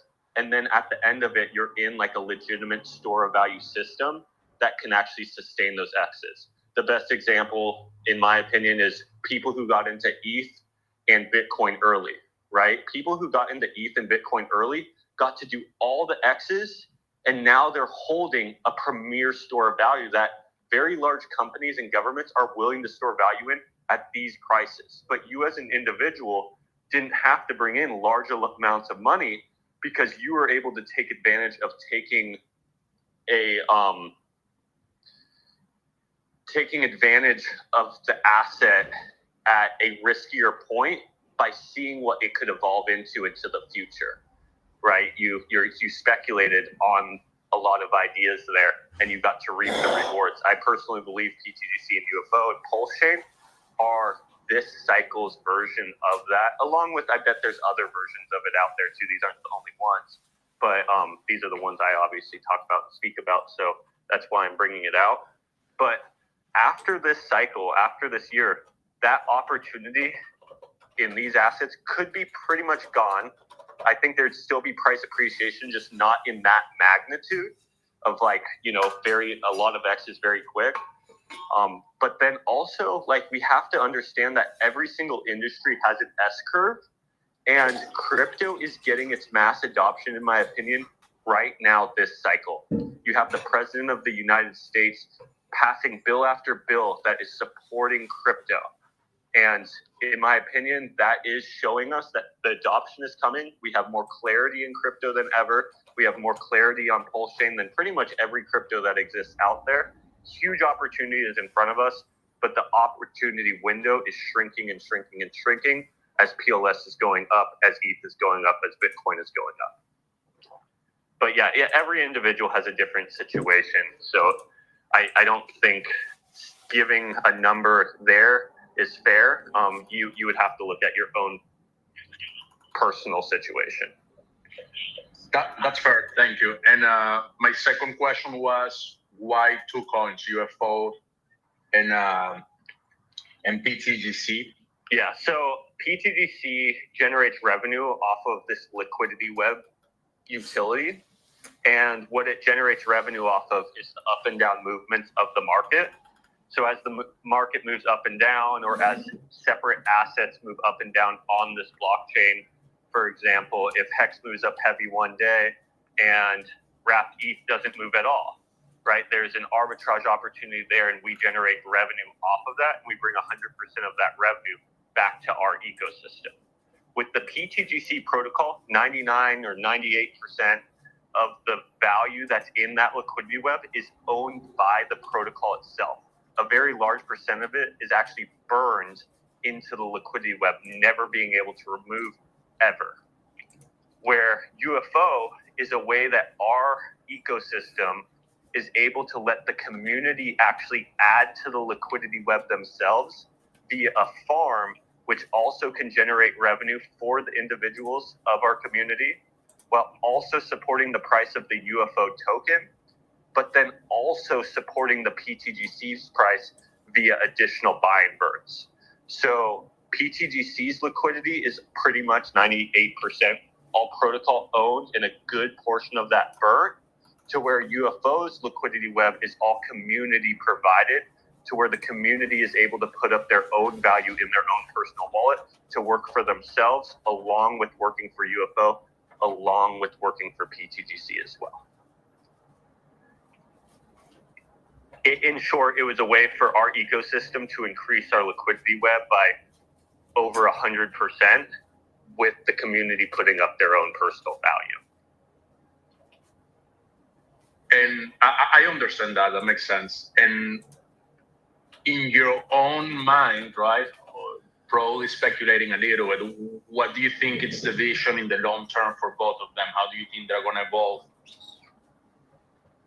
I think they're both going to do very well. The utility behind them has, in my opinion, proven to be very successful, and in my opinion, stronger than 90% or 99% of the utilities that exist in crypto to date. It's a utility that doesn't need human interaction to generate revenue. All it needs is pretty much the only guarantee of the markets is up and down movement of the markets. So as the market moves up and down, the utility fires off, and that utility generates revenue, which in my opinion is very, very strong, because the majority of utilities that exist, for one, don't even need to exist. They're like pointless utilities that are just bootstrapped onto a token to trick people in.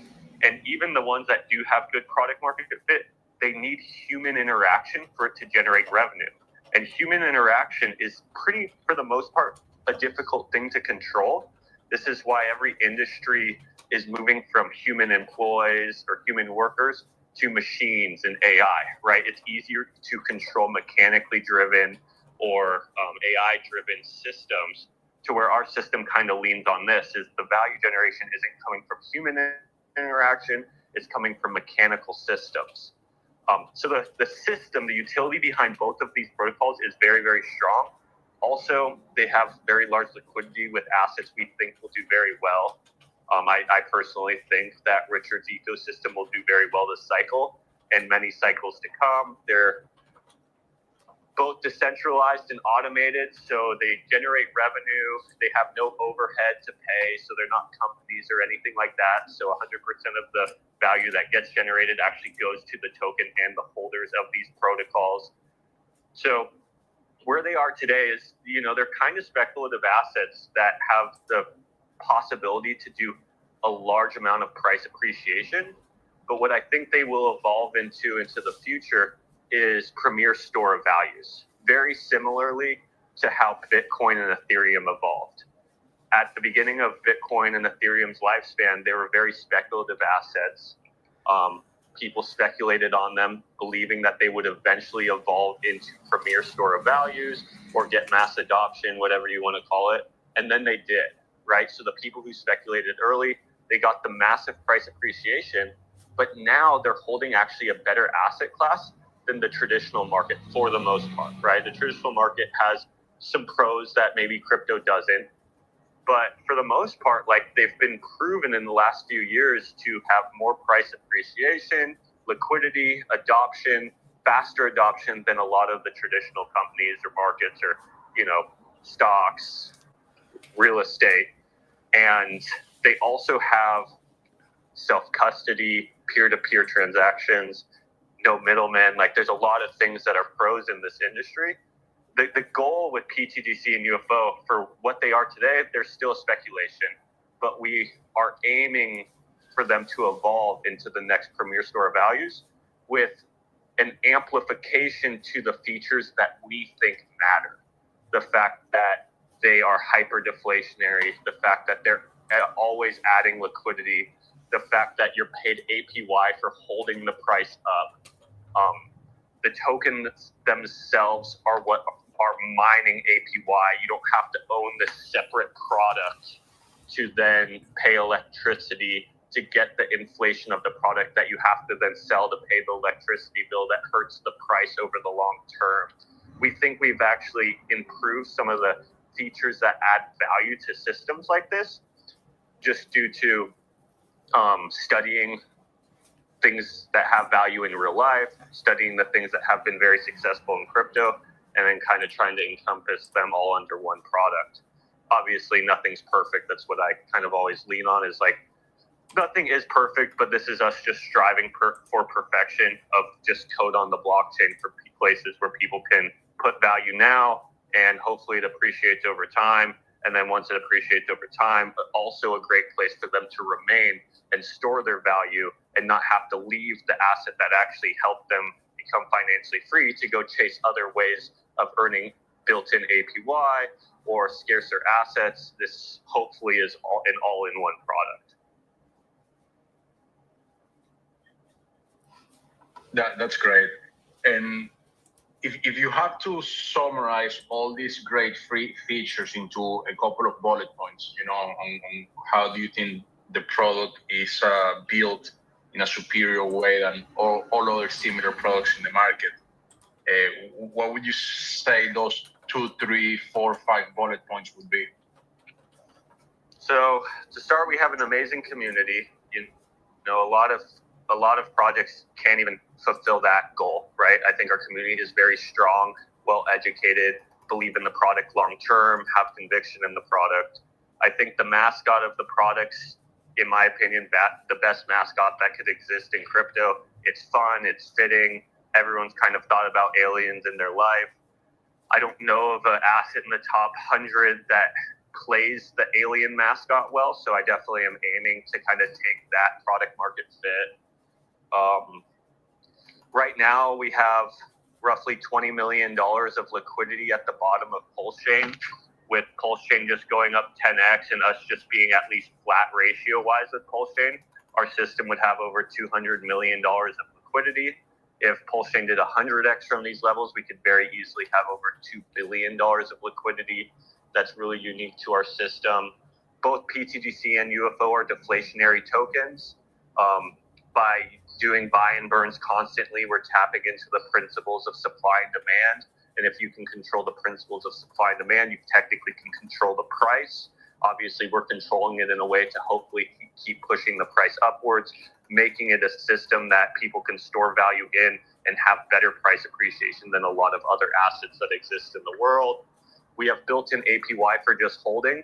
So by holding up the price of this asset, the asset actually pays you part of the value that it generates. And then you could obviously take profits with that or compound with that, whatever the user wants. And it's not paid in inflation of the product. So it's not technically hurting the price of the product when it's paid out to you. It's coming from its utility. Also, we have a utility behind this product that isn't in general dependent on human interaction. Most utilities are dependent on human interaction. Our utility is just dependent on the PulseChain market having up and down shifts, volatile days, volume on chain. Obviously, that being said, like, we are banking on PulseChain being a successful blockchain. For the last 2 years, it hasn't been that successful, and we've still done very well. So we can still do well in an unsustainable environment, but obviously we prefer a sustainable environment. That should increase the value a lot more. That being said, we're built on an extremely undervalued blockchain. So we're not only working off of the success of our own unique product, which we've been very successful and I think will be very successful moving into the future, but we also have a huge multiplier of the success of the blockchain. Most products are built on already done 100x, 1000x, to where they actually don't get to realize those X's, to where we kind of went and said, hey, we're going to build this product in a city before the city is built. So then as the city grows, it actually increases the value of our product as we increase our value at the same time. So for an example, if we can increase our value 10x against PulseChain in the next 5 years, right? And let's say PulseChain does 100x in the next 5 years. Well, that would be a 1000x to the pTGC asset from the prices it is today. And that's utilizing the fact that we built on a product before it gains traction instead of after. So I'd say those are the main bullet points, if that helps. Yeah, a ton. Because one of the, I've been in the PulseChain Hex community for many years. And, you know, I wouldn't say that I'm the smartest one out there. I'm really good at absorbing the information, sometimes separating the bullshit from the good. And I've been hearing you guys for a while, but whenever I try to have conversations with other people that I want to bring into the community, so sometimes it's harder for me to organize my ideas the right way and make it simple enough for them to be interested in doing the research. So that's what I'm asking these questions. And then when it comes to the yield part, you said pretty much that by holding money in the coin, we're able to gain yields. Can you explain how that works a little bit more? Yeah, so by just holding pTGC or UFO, you earn more pTGC or UFO, whatever one you're in, you earn it. And this comes from the value generation of the utilities. So a lot of the value generation that comes from pTGC and UFO is from the up and down movement of PulseChain. Because pTGC and UFO have liquidity webs that are connected with Hex, PulseX, Inc., Most, Pump, PDI, Teddy Bear, like literally 20 different pairs plus. And as these assets move up and down every single day, they create price differences. And we're supplying a service to the blockchain by providing this $20 million of liquidity at current prices. And when these price differences happen, market makers will fix the prices of our assets in these liquidity webs, and it generates us revenue. And that revenue that we generate, a portion of that revenue goes to APY for the holders of the token. Also, anyone who buys and sells the token as well has to pay the fee just like the market makers. And this also goes to the holders of the token in a form of reward. And do you have to do anything specific in order to gain those rewards, or just by holding without clicking on anything else, you automatically receive those funds? Yeah, you automatically receive them. There is steps that you can do in pTGC to earn additional rewards. So if you stake your pTGC, you actually earn 150% more APY, but you do not have to stake your pTGC. You can just hold it and earn APY. But if you do go steps further into the ecosystem, you can earn more APY for the staking feature. The biggest risk is when you close your stake down, you're going to give up 1% of your tokens. So if you have a short-term mindset, it doesn't really make much sense to stake, or you don't know if you're going to be here for a while. You're more better off just going to hold the asset because you're not at risk to that 1% fee. But if you're like, hey, I'm a long-term holder, right? This is kind of who we like in our system because we are designed to be a long-term store of value. We want people to store value here for many, many years. So this feature actually incentivizes them to go a step further and stake their tokens, which then when the day comes that they want to close that stake down, they have to pay that 1% fee. But in the meantime, they're earning an additional roughly 150% more APY. And the stake, I'm assuming, works the same way as the hex stakes, correct? No, they don't. So with the pTGC system, we have this thing called more liquid staking, to where the tokens remain in your wallet the entire time, and you don't have to agree to a time locking period. All you're saying is, hey, when I close this down, I'm going to take this 1% hit. You can stay for 1 day, or you can stay for 10 years. There is no time constraint that you have to stay, but you are agreeing to that 1% when you leave. The other cool thing about pTGC staking is the APY that you receive from staking is claimable at any point. You do not have to wait to close your stake down. You can just claim the rewards as they come in, once a week, once a month, once a year, whatever fits your individual needs. You can go a step further in our system and lock your stake similar to Hex for a time period.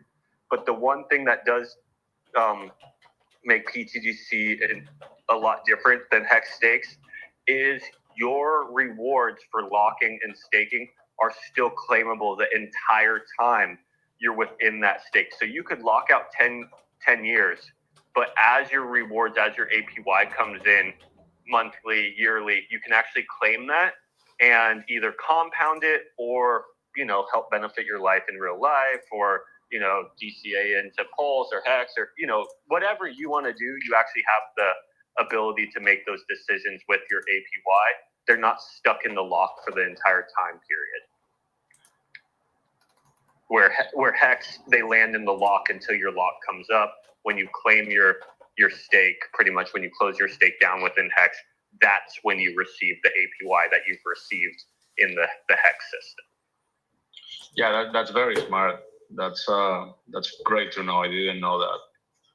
Yeah, and then in our system, even if your lock comes to the end, you actually do not even need to close your lock down.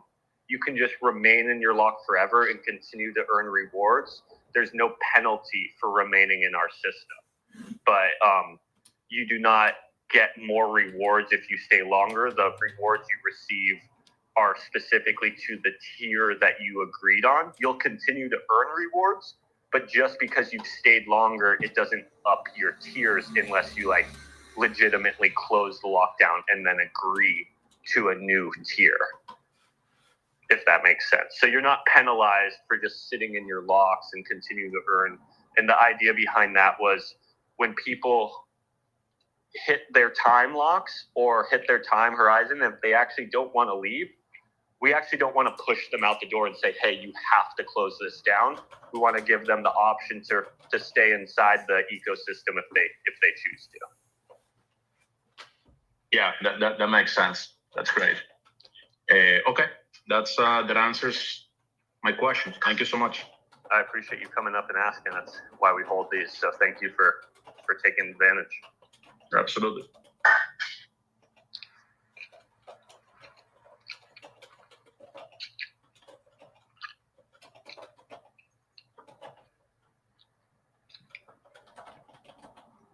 We got anything on YouTube, Banana? Any comments, any questions? Let me see. Before he gets to that, sorry I'm in here a little late trying to fix my weed whacker so I can finish my lawn. But happy to be in here. It was cool to see that you're explaining the system to yet another potential new member of the pTGC community. And, pTGC continues to be one of the best performing assets on PulseChain, continues to react positively every time the underlying network blue chips act positively. And it's a great index of this chain, and awesome to be here and continue to watch this thing progress. Yeah, thanks for bringing that up, Nick. That was one I probably should have included in the bullet points, is that by holding pTGC, you're exposed to the growth or loss, right, of all the assets within the liquidity web, which includes pretty much all of the blue chips of PulseChain. Shaq O'Neill asks a question. He says, if Pulse does 100x, how many X's does pTGC do? 1 million. And he's not looking for moon math. That's what he says. He just wants realistic data. So guys, the way that the reflexivity works with this system, okay, is that if nobody sells the asset of pTGC, you have to put a caveat, because this is the only way for you to fundamentally understand how it's going to work. If PulseChain, or let's just say the mean of the things that we're bonded to in the liquidity web, let's just remove everything and just say the 4 cores: PulseX, PulseChain, PulseX, Inc. Let's say that their mean of X is 100, right? And let's say they do 100X.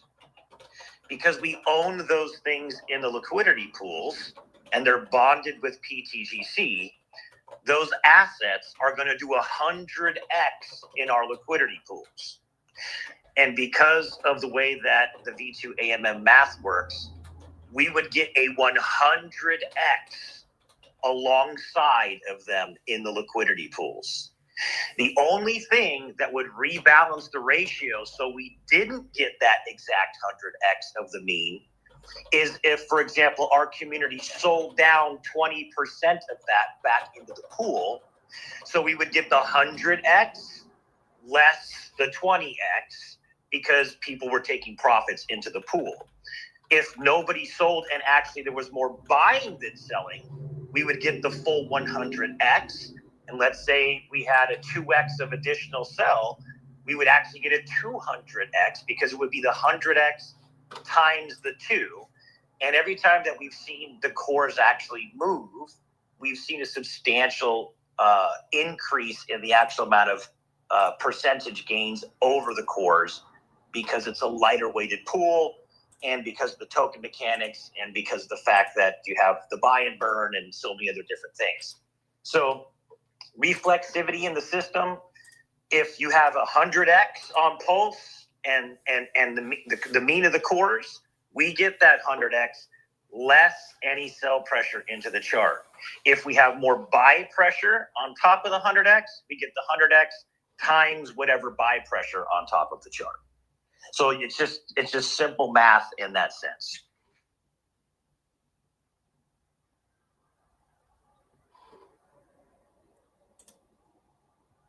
And the moon math calculator, it does just use those underlying math equations to give you those numbers. So, you know, plug it in, Prairie.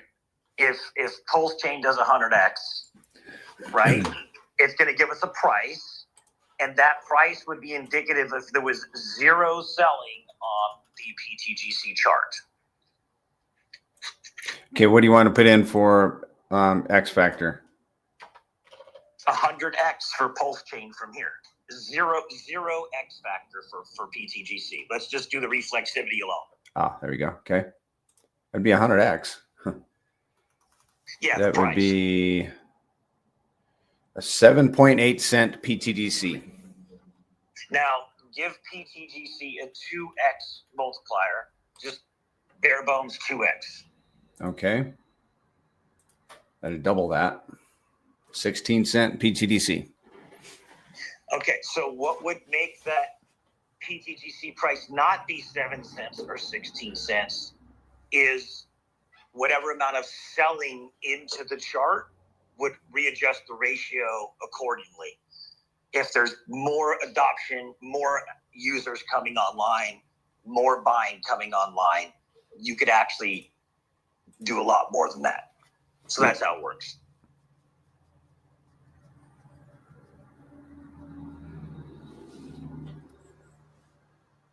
I think that that's one of the most amazing things, guys, about the system is that, you know, when they share the math, it's real. It's not fake math. Like, sometimes I don't even like the thing being called mood math. Sometimes I prefer that they actually change it, because it actually starts to make people think that, like, this is not real math. Right. It's 100% real math. Otherwise, we shouldn't even be using it, right? So it's indicative of, what do you think the mean of the assets that are bonded to pTGC will do? When they do those things, we get every one of those X's less the selling going on into the pools, or more if we have more adoption and more energy going in to the protocol that's coming out. Yep. And a 7 to 16 cent pTGC, FUD. you'd have people from all chains, their eyes would be popping out. Yep. Yeah, and the value generation at that point, due to the size that pTGC would become, would be pretty large too, which would be great APY for people who took advantage of the cheap prices that we are today. Also, the buy and burn would be pretty sweet to look at that point, you know, probably in the hundreds of thousands of dollars daily, and the LP ads, and, you know, the system sustainability and momentum would be increasing at that point. Alongside, if PulseChain's up 100x, you have to realize PLS can't be up 100x without new value flowing into the chain. And if new value flows into the chain, mathematically what that tells us is we should have buy pressure, not sell pressure. Even if there was sell pressure in the process of these X's, there technically should be more buy pressure, because 100x more value is on the chain now to take action or take a position within the pTGC ecosystem. We've been able to do plenty of X's with value leaving the blockchain for the last 2 years.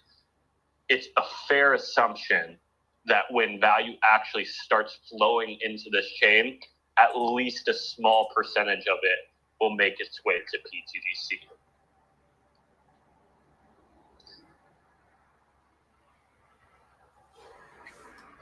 Yeah, but like you said before, it's very interesting to note that even if the value comes straight for Richard's cores or Richard's most, or for anything that we deem valuable, the DAO, that we're bonded to, if they come over the bridge and buys the cores or anything else, it indirectly but directly impacts the price, which is very unique.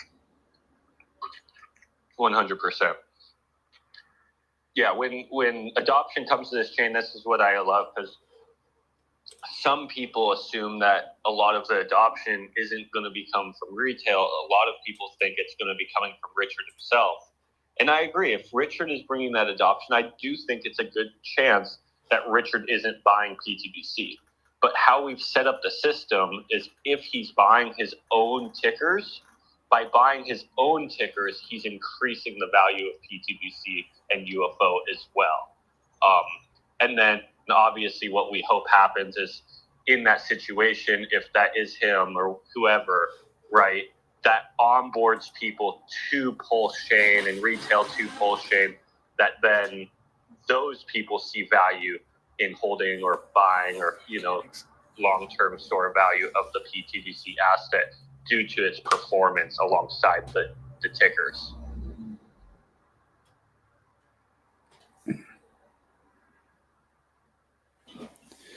Duffy Slashing says the built-in moon mechanics backing the grays has my default view of the system focused solely on the overall value down the road.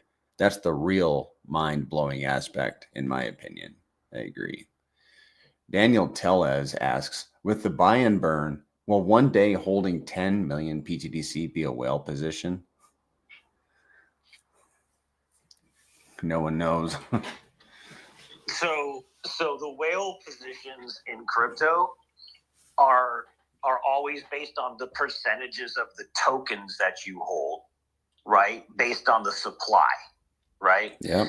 But let me tell you, I mean, let's say you own 0.1% of the supply of something, but it's worth $10 million.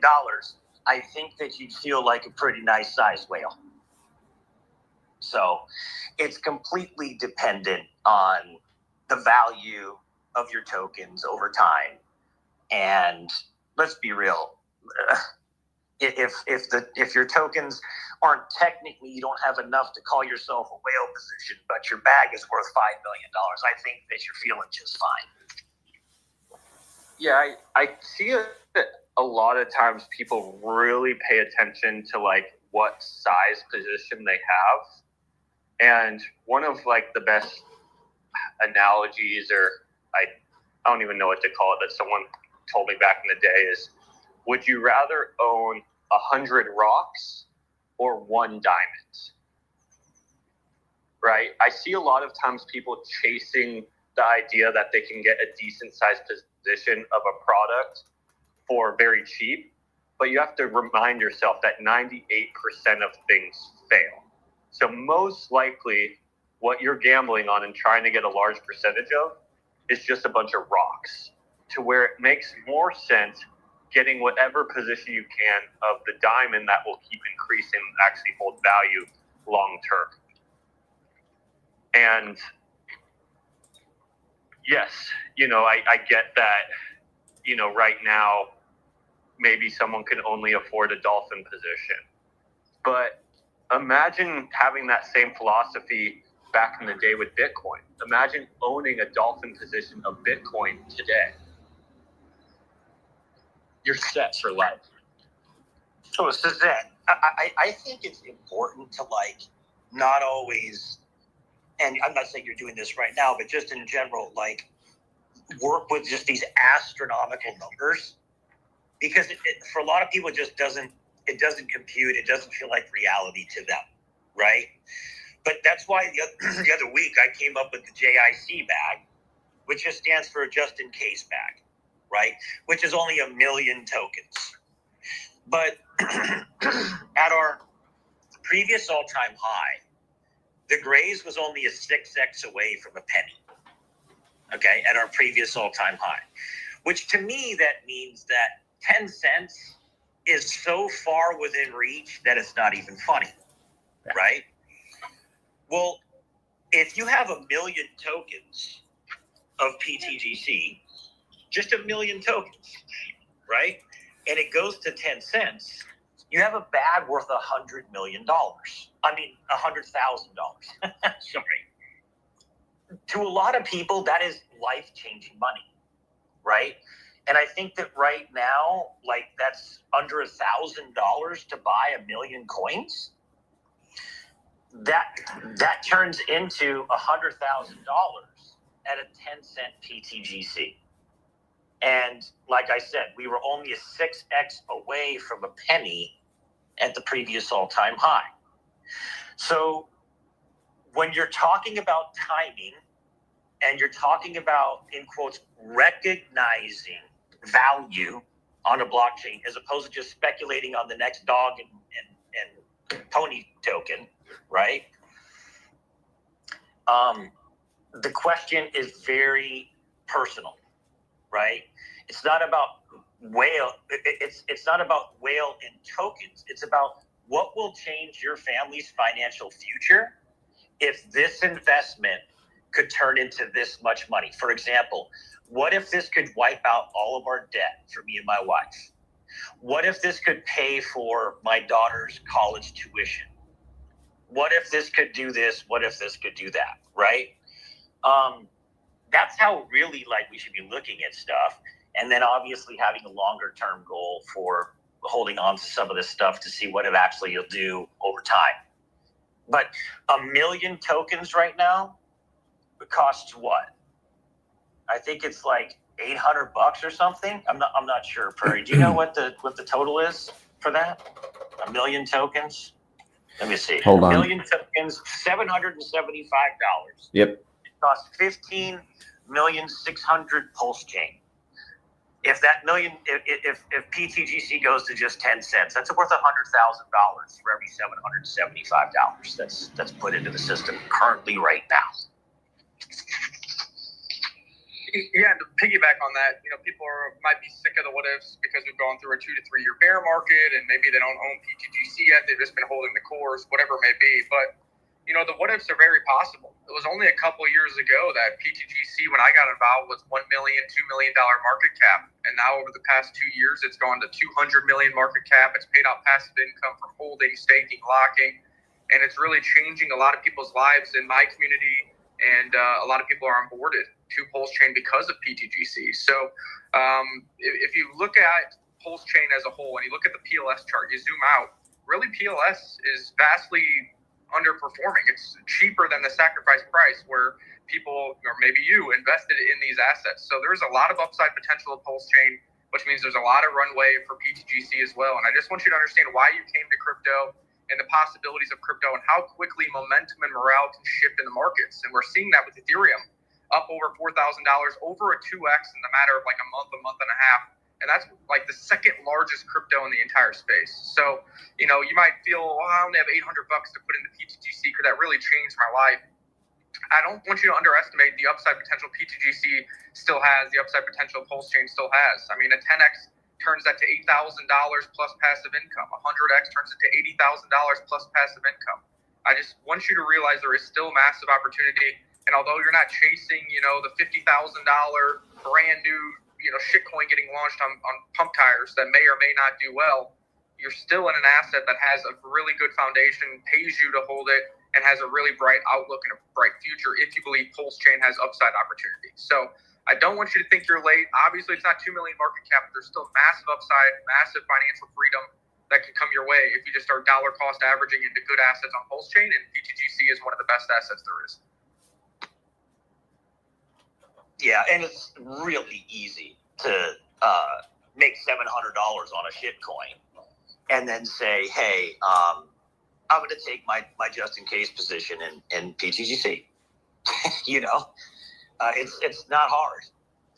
It's just a matter of recognizing that we didn't all get into crypto to sit there trading dog coins all day long, right? And I think people really do and really are.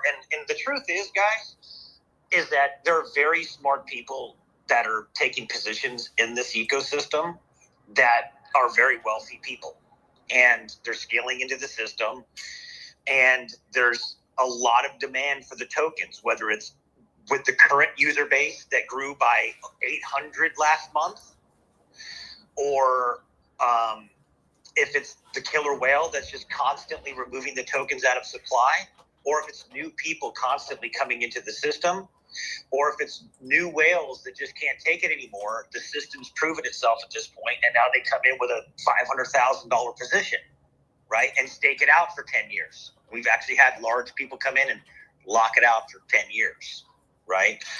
Hard to believe that smart people with that kind of money would lock out that kind of economic energy 10 years in a system like this if they didn't see something special. So the key word for me right now when I'm talking to people when they're asking me is asking yourself the question, what do you own right now in your portfolio, and why do you own it, right? What is it actually doing for you? Why is it unique? Why does it matter in the grand scheme of things? And if you don't have any pTGC, to me, and you're on PulseChain, it's just crazy at this point to not have just a little bit of exposure to it, because we've got 24 months of data, pure data. And we just saw with just that little blip on the radar with Richard's course starting to just come up a little bit. And look how fast the system went from under a 200 million market cap to a $225 million market cap, just like that. Yeah, and to go back to it, when I was getting in at 1 million or 2 million market cap, I had the thoughts of, am I late? I mean, man, this thing was just like 100,000 market cap like a week ago. Man, I'm buying a 10x, but look where we're at today, and it's gone 100x since then, not including passive income. So I expect history to repeat itself, and we'll be talking in a year from now, 6 months from now, 2 years from now, who knows the timeline, and be like, wow, pTGC just did another 100x, it just burnt another 5-10% of its total supply, and the passive income was another 10% APR during that period. So that's the outlook I see, and that's what I would try to push on to people to realize there's still opportunity here, and you don't need to always be chasing the new shiny object that has a sub 100,000 market cap to have sustainable gains in crypto. And really, for most people, the sustainable gains are getting into good protocols that are here for the long term. They're looking at 1 year, 5 year, 10 years from now. They'll stand the test of time. They'll be putting passive income and have price appreciation. Because ultimately, Bitcoin and Ethereum aren't going anywhere. They're entrenching themselves into the traditional finance. And you need to find the undervalued gems like pTGC, undervalued networks like PulseChain that are going to be here not for just this cycle, but for many cycles to come. And, we saw that with BNB. BNB was $1, and now it's, approaching $1,000. And that's kind of where we are for PulseChain and pTGC at their early stages, still cycle one, never been part of a bull market. This is the first bull market. And you can park some capital in pTGC and understand that you're going to be here for multiple cycles to come, in my opinion. Then I looking at those numbers, I'm on PulseX right now, and I've got 10 million pTGC sold into PulseChain. It's 155 million PulseChain. $7,759 for 10 million pTGC. Looking at 10 million pTGC worth $7,700, it's just getting surreal. To think that that turns into $1 million bag at a 10-cent pTGC for just 10 million tokens. What are your thoughts on that? Just from where we've come from so far. Well, I think about like when we were at our all-time highs, which was only a 6x away from a penny.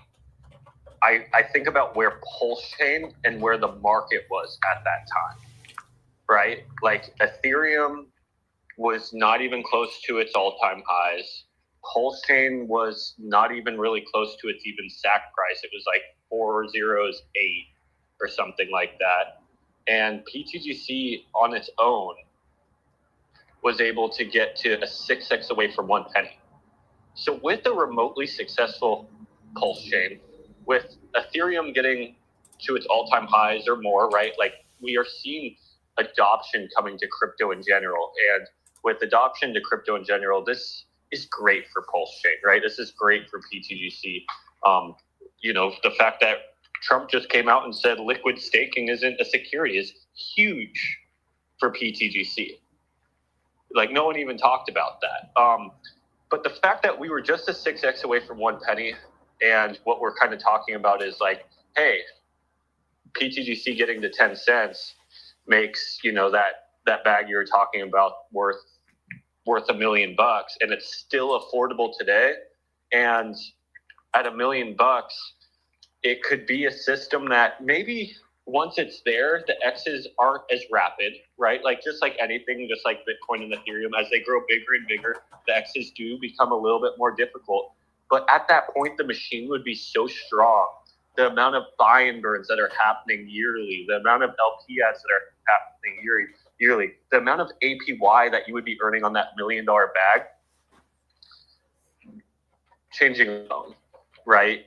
And to me, it seems so close because I know where PulseChain still is currently, and I believe that crypto is going to get some serious adoption here soon. And I believe Richard has a good plan on making PulseChain one of the blockchains that gets some of that adoption, right? I don't think it's only going to be PulseChain, right? We believe Ethereum's going to have good adoption. Solana will probably have good adoption. BNB will probably have good adoption. And some other new blockchains will also have more new adoption. For the whole entire world, there's enough for multiple products to get a good chunk of the pie. I believe Richard's going to get his solid piece of the pie, which then gives pTGC where it stands currently with even zero growth, very easily can be in that in that category of a 10-cent pTGC. Just looking at where PulseChain is at in general right now, looking at how much value we're currently generating at these lows, looking at the current liquidity web that we have with Richard's tickers already. For example, today we added another $15,000 of LP with Hex alone. In scale, like, yeah, I get that that's not too much in compared to the $1.1 million of LP. But how we've gotten that $1.1 million of LP are those constant little ads happening daily, the constant buy and burns happening daily. You know, it's not so much a sprint, it's a marathon. And, you know, and this machine just keeps showing up every single day and doing the actions that are necessary to make it what I believe a top 25 cryptocurrency. Brilliant.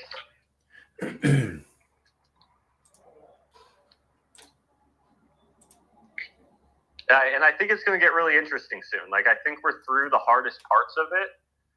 You kind of said this earlier, right? Like, what pTGC has seen is like everything has been thrown at it you can imagine. It is weathered the hardest of storms.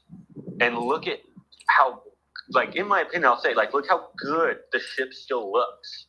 Like, it looks like it's gone through nothing, but it's gone through everything. And it's because the community, like the crew, in my opinion, is so strong. The community is so strong. Like, we know how to take on any challenge. And then imagine a situation where it's no longer a challenge, but just clear waters. You can see the promised land in the future, in the direction. The wind finally switches in the same direction of us, and we can just put up our sails and do our thing. We don't have massive waves trying to tip us over, winds going every direction, swirling around us, constantly having to fight, like, which we can, right? We've shown to do that for 2 years now. But I do think in this near future, with Richard's marketing push, with PulseChain moving up, with adoption coming to crypto more than ever by the President of the United States, like, just passing bill after bill, making it just a better environment for us to thrive. Like, I think that water is going to get clear. I think wind is going to be pushing in the favor of the direction that we want to go, not against us. And we know the machine is battle tested. We know the crew can take on anything, and that's why I think we'll do very well when all the, you know, the environment switches in our favor.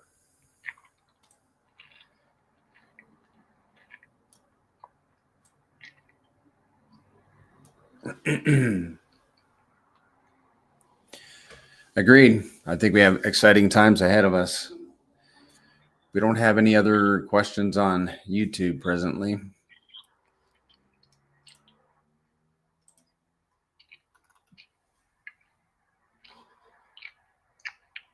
And we got Banana steering the ship.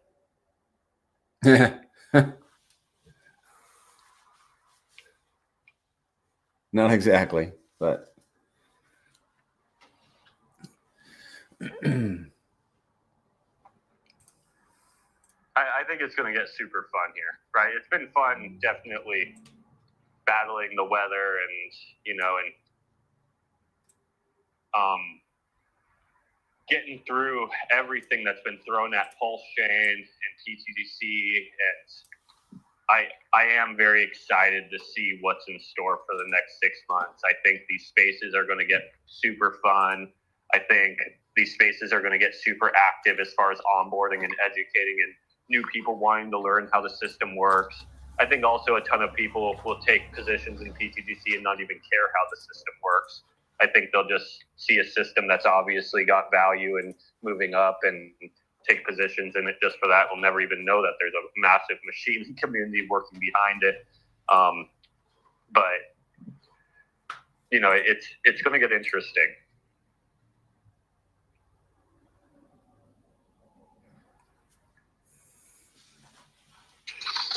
Ethereum above 4,200 still. Good to see this kind of momentum from ETH here on the weekend. Couple companies there's a new company coming in place that's raising $5 billion and using a large portion of that for Ethereum strategic reserve. You got Sharplink Gaming that has another 200 million, and then you got BMNR who said they want to buy a minimum of another 150,000 ETH. So, you know, all the things pointing into a positive future for ETH, which is going to directly affect the speculation for PulseChain. Yeah, we were talking about this earlier, Nick. It's crazy that like we have like 10% up or 12% up on ETH from like Richard's DCA price, and because the amount of value he has is so massive, he's up like $50-60 million right now. Yeah, I just checked that. It's over $70 million in profits now. Pretty wild, without even doing any staking. Yeah, and like, So dude, for all even- you Richard Hart haters out there, kick some freaking rocks, baby. Kick some freaking rocks. well, and you know, like the crazy part about that is, in Banana, maybe you can type this on Kong's Moon Math 2.0. Like, what's $70 million even do coming into PulseChain at this level? $70 million in Pulse. Let's see what it'll do to Pulse, yeah, the price impact. Let's see. WPLS 70. 1, 2, 3, 4, 5, 6. Price impact would be a 60x. That's insane. Let's go. Even if you say people sell into that, you're still looking at like a 25x after people cash it, which is insane. Well, and then that means even for, you know, if that onboards anyone in the future, that's considering like no additional people get attracted to that. You're just considering like people just exit. Like, but then so many people would be washed out from PulseChain in general. Like, there'd be like no sell pressure even left. Yeah, the interesting thing is too is people who get washed out don't think they won't FOMO back in and they'll move on. There's a lot of traders who recently on this Ethereum, they panic sold the flip on Ethereum and they were buying Ethereum on the $4,000 breakout, you know, crushing themselves a $300 to $400 per. And I'm talking they're playing with tens of millions of dollars. So just because you get washed out, don't think those people won't ever buy back in. Everybody gets the FOMO bug when green candles happen, and they got to put their cash somewhere because we know that fiat continues to go down and to the right, and good investment assets, whether it's crypto or collectibles or stocks, whatever, trend up and to the right. So you need to get your cash invested, and even those who get shaken out, they're familiar with the network, they'll be back, and they'll FOMO in the tops, just like Richard Hart said.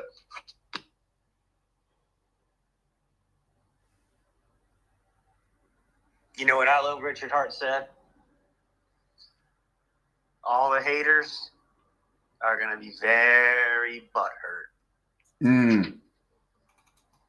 That's his words. I love those words. Yeah, don't forget, I don't know if you guys talked about it or not, but the physical marketing, expect to start seeing some of those mailers in the hands of real-life individuals in the next couple weeks, and then expect to see the second 40-foot shipping container to land on shore in the United States in another 3 weeks. So the first wave is going to be like 100,000 households. The next wave will be, you know, a month after that, another 100,000 households. And that's just the information I have for the United States. I'm sure there's other shipping containers and items going to different countries around the world as well. Yeah, there is. Yeah, and we should see those as soon as anybody gets those mailers in their hands. I imagine somebody's going to put up on Twitter what the contents are. I hope somebody on the inside, or maybe Richard Hart himself, smart guy, there's a lot of public information out there, gets a couple of those in the hands of some hexicans, some pulsicans, some influencers, knowing that they'll amplify that and post a video or a tweet about it. I know if I got one in my hand, I'll be making a series of videos on it. So I assume he's going to use that brain and figure that out. It's pretty easy to track down where people live or a location where they'll get their hands on some of these items.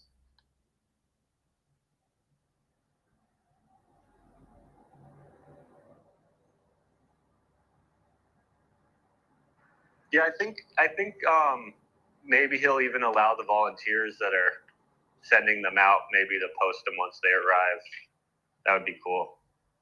The volunteers are you know, hexicans, and I'm sure they'll ask or someone will ask before just doing, but I don't think you would have an issue with that.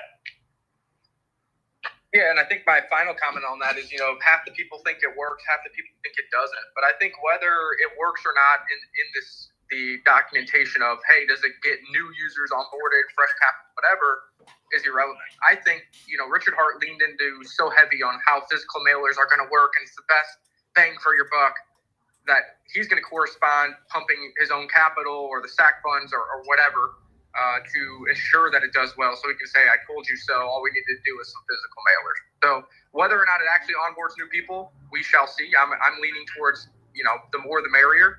But I also think he's going to time that up with injecting his own capital, because he's not going to do this big campaign, have it produce no results, and allow the haters to see, told you, physical mailers never work. I mean, for a guy who's worth hundreds of millions, billions of dollars, it's real easy. We did the moon math for him to inject a couple million at the time of this marketing campaign, just so he can say, told you so, told you it would work, and get the green candles and FOMO going. Also, he understands when new people get these mailers, if they go look at a chart and it's red and down and to the right, that's going to entice them to take the hurdle and get onboarded. If it's up and to the right and there's green candles, that's how you get people enticed to see the opportunity and to put the two and two together. The physical mailer, the green candles, all right, how do I invest and inject capital into this chart? Well, Nick, the other one, we were talking about that earlier. The other thing is not just the green chart, but a kumbaya community. Like, if he gets this chart going up, obviously the overall PulseChain morale is going to shift. And if I had to guess, I'm sure a lot of YouTubers will kind of come out that maybe have been a little bit more dormant or haven't had a lot of stuff to talk about with some green candles. Dude, these people are going to come out of the hiding, and we'll have a massive YouTube presence. So when people get these mailers, they look at the price, they see price going. Well, a lot of people, when they first hear about something, this is me for an example, and I think it relates to a lot of people. When I was first told about Hex by a day one Hex person, the place after I got a little spiel from him and I wanted to learn more, the first place I went was YouTube, right? And at that time, there was a pretty decent YouTube presence, because I didn't get in at the bottom. It was around 1 cent, like that. So people were feeling pretty good on Hex when I first heard about it. So, and I could feel that when I got there. So I definitely think when he's getting if the morale is better, we'll feel that on YouTube, we'll feel that on other socials like Twitter. And when these users get the mailers and they want to learn about it, they want to be landing in a place where they can feel a community that's live and thriving and happy, right? Because who wants to join a community that's just bickering and arguing and down all the time? You know what I mean? If you're truly building a cult, when you bring new people to take a look at the cult, you want it to look happy and thriving. You don't want them to show up and everyone be bickering, arguing, and depressed. How are you going to onboard to that? Yeah, that's a really good point. And that goes to the point of morale and momentum can switch very quickly in crypto, and it doesn't take much. I'm already seeing much better morale on a lot of faces coming out of the woodwork, even with this 2x, 3x off the lows that PulseChain's has, and really haven't gone anywhere yet. So I think you're spot on with that. And I think YouTube is very important too. I know a lot of us are on crypto Twitter and in the weeds on Telegram, but outsiders who are going to be targeted in this campaign, maybe they're a little older. They're not really going to be in crypto Twitter or TikTok. They're going to be, going, okay, Google and YouTube videos auto-propagate on there, and that's what they're going to see. So I think that is a really good target market and a really good point. I personally didn't land on crypto Twitter until 2 years in to being into crypto. Yeah, I think YouTube is the place. I mean, when I first got in, that was kind of where I landed as well, YouTube. And obviously that was many years ago, and crypto Twitter is more thriving. But just the people who are targeted, the older generation, they're going to still go to YouTube. They're going to go to Google, and Google always prioritizes a lot of the YouTube videos on their searches. So good point, and I think that's a good point for everybody here who evangelizes PulseChain, pTGC. Start doing some content and making sure to get that content not only posted on Twitter or Telegram, but also start building up a backlog on YouTube. So when these people get the mailers, they see your face, and you're part of the onboarding process for these new individuals. Did you talk about Richard's tweet on ETH this morning? Briefly, if you have anything on it, I'd love to hear it. No, he's just basically, it's just bullish, man. He's starting to do the crypto stuff, right? He's obviously in massive profits now. Basically, he was talking about the difference between gold and Ethereum and showing the chart, the gold chart being a 15-year chart, the ETH chart being a 4-year chart. And he's talking about just basically that when you have something like this that keeps tapping resistance, it normally breaks. And then he shows the chart with ETH just broke through that resistance level. Basically, man, he's saying that, in my opinion, he's saying gold's about, or ETH is about to do the same thing gold did, but in a very faster time frame. And what did gold do? I'm not looking up the chart. When did it tap resistance a bunch of times and then just break heavily? Yes. Here, I'll go ahead and post it to the Jumbotron. There you go. So you can see it in the Jumbotron now. And he says, let me give you some free technical analysis. Here is gold's triple top moving into a 61% move in a year. Do you see how similar it is to the Ethereum chart? Except ETH is going faster. This ETH chart is only 4 years old, whereas the gold chart here is 15 years old. When a resistance is tested again and again and again, it usually breaks. Mm-hmm. I forgot. I sometimes forget. I'm real smart and stuff. So I should use more words to describe what I'm trying to teach you. I post this to help you. And he shows basically gold over a 15-year chart trend doing the exact same thing that ETH is doing over a 4-year trend, with ETH basically on the verge of a complete freaking monster breakout. Yeah, and essentially if you did the math, the time swap math, that would tell you that Ethereum is poised to do a massive breakout, do a double in price within 4 months. That's what also lines the very bullish Q4 of 2025, which everybody's looking for. And then, of course, that's the moment of truth to see if the 4-year halving cycle breaks and goes longer than normal.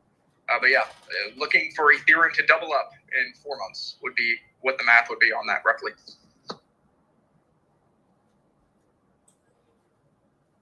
Yeah, I think that's like minimal, you know. Yeah, I'm in the camp of Ethereum, 5 figures, which means we need more than a double up. A double up would be like 8K. 100%. Yeah. So 10K, 16K, 22K, depending on what Bitcoin does. But it is awesome to see Richard doing that. And if you scroll further on his feed, he actually showed an inverse Ethereum chart. And the way inverse charts look, he's pretty much saying this asset looks like it's about to dump, which would mean that Ethereum's going much higher. And it really does look like that. Ethereum's putting in lower lows on the inverse chart and looks like it wants to waterfall lower, which would also correspond with that massive breakout. So he's getting very bullish on Ethereum. Obviously, he might be talking his own bag. He owns a ton of Ethereum. The Stack wallet owns a ton of Ethereum. But all the TA he's putting out is textbook TA. All the fractals he's putting out, comparing it to gold, is textbook as well. And things look very bright in the short term and the long term for crypto, and in particular Ethereum. So I didn't see this most recent tweet. So thanks for pointing that out. Yes, sir.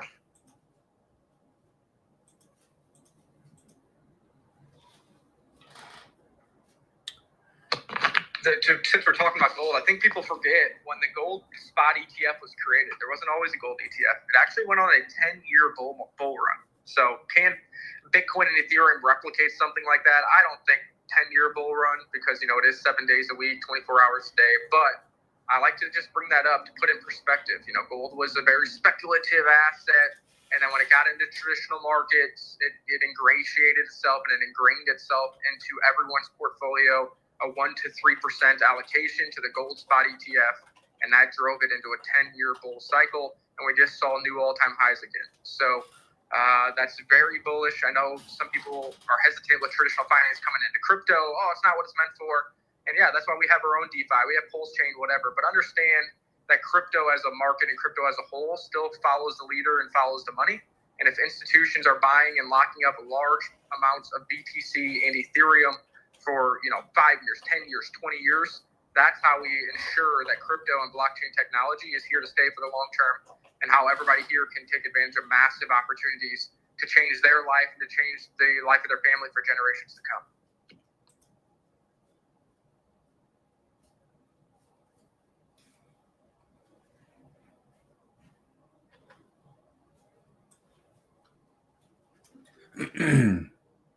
JV asks, when is it better to buy and burn pTGC over using the funds, the Dow funds, to LP with RH tickers?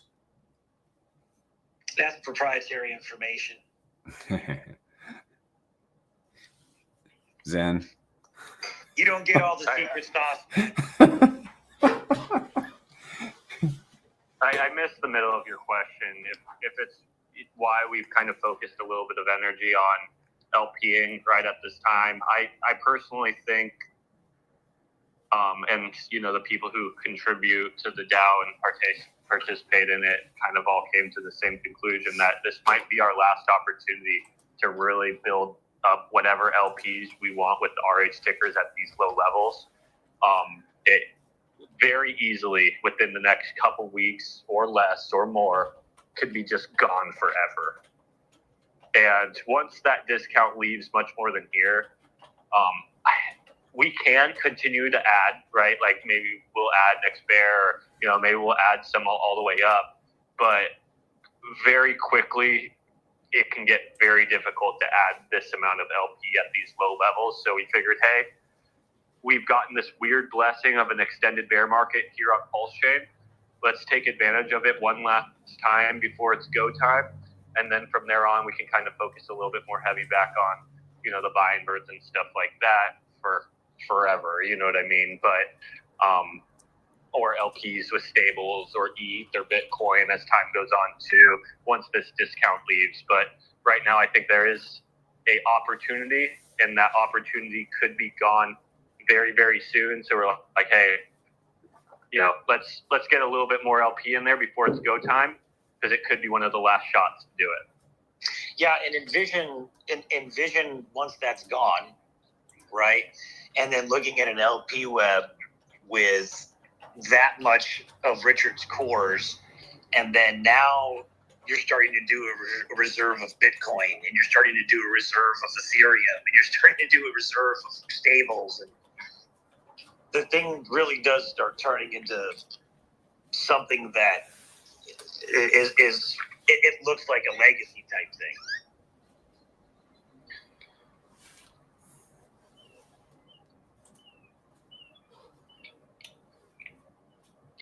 Yeah, I believe Richard's tickers are on a massive discount, but I don't think they're going to be on a massive discount forever.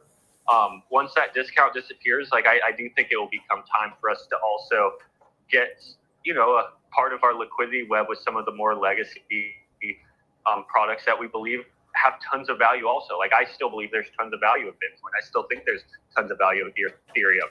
Do I think Richard's products are extremely discounted compared? 100%. That's why we've put so much effort into the LP bonding with those assets all throughout this bear. But that discount can disappear very, very quick. And even once it disappears, it could still, in range, still be discounted. But for us, that we got to scoop up in this ecosystem, so much of it at the lows throughout this whole bear market is just what I think is going to make this ecosystem so strong. The fact that we've been here grinding for 2 years, I think between pTGC and UFO, we probably have around $3 million of liquidity with Hex. We probably have around $3 million of liquidity with PulseX. Probably have around $4 million with Pulse. And then, maybe $1 million with Inc., so on and so forth. With just those assets revaluing, 5x, we very much could have 25 millions if you tie them all together with Richard's tickers. If you look at even PulseX itself, if you combined pTGC and UFO's liquidity with Hex, I think we might even have more liquidity between pTGC and UFO with Hex than PulseX itself. I would have to, don't count me on it, but I think it's darn close.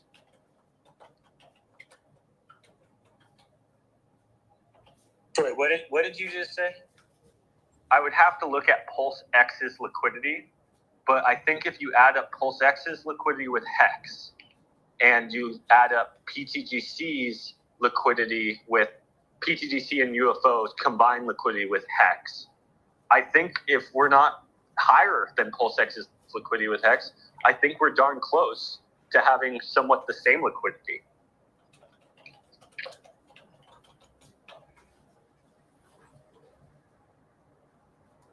I'm gonna look it up right now. Yeah, I'm on. I'm trying to look it up myself.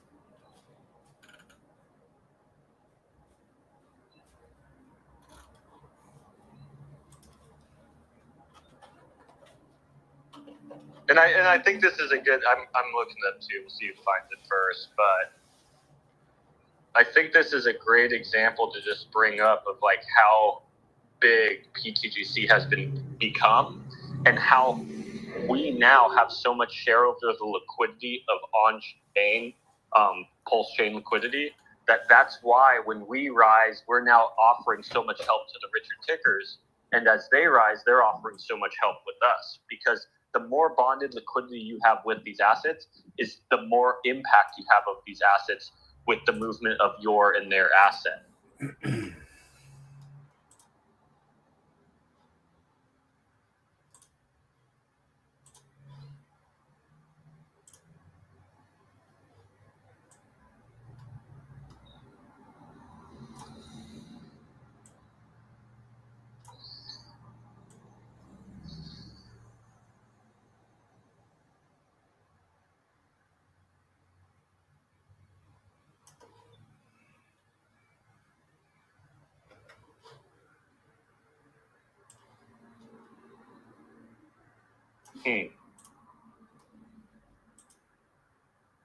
So I'm on Secreto Bank right now. And with what I'm seeing is with PulseX and Hex, it looks like the main LP pool only has $771,000. Yeah, that's what I'm seeing too. I was looking for another one, but I see another one that looks like it's V3. So on another DEX of 130,000, but I have no idea what that V3 ratio is even set at or anything like that. That's why I don't love V3 liquidity, because you'll see sometimes a token sitting there with $200,000 of liquidity, but really there's no DAI or no WPLS even in that liquidity pool. It's all the other side, and they're just using it to exit out of like their token that they don't even want. So it's not 50-50 in some of those situations. But yeah, so I'm only seeing pretty much $800,000 bonding PulseX to Hex, to where the pTGC system, the Gray's ecosystem, has 3 million bonding itself with Hex. Or vice versa, right? Hex only has $700,000 in the pool with PulseX, to where pTGC and UFO has $300,000 bonding itself to PulseX.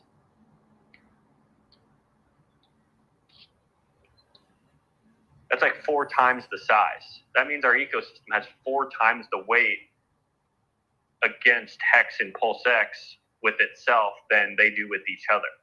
Obviously, everything has massive pairings with Pulse that kind of interconnects everything. As Pulse rises, it raises everything. This goes for us, this goes for them, this goes for pretty much every asset that's built on top of PulseChain. As PulseChain becomes successful, we all rise. As long as they have product market fit and their communities just don't dump it, they'll rise up also. Problem is, most people don't care to hold these other assets, and they're trying to get off that ship as soon as they can. And that's why 99% of products fail, because even the holders of it don't even want to be holding it. They're holding it solely for the reason that they're down on it, and they're just looking for the exit off.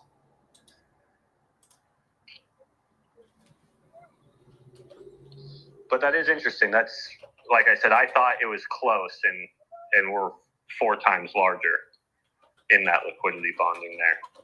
Yeah, the largest is with Pulse. Actually, the largest is with SolidX, with PulseX.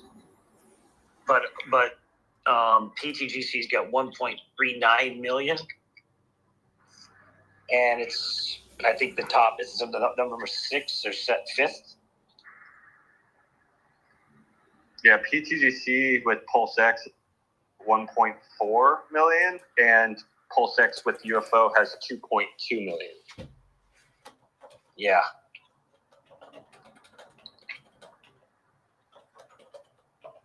Yeah, so pTGC is the number 7 on chain.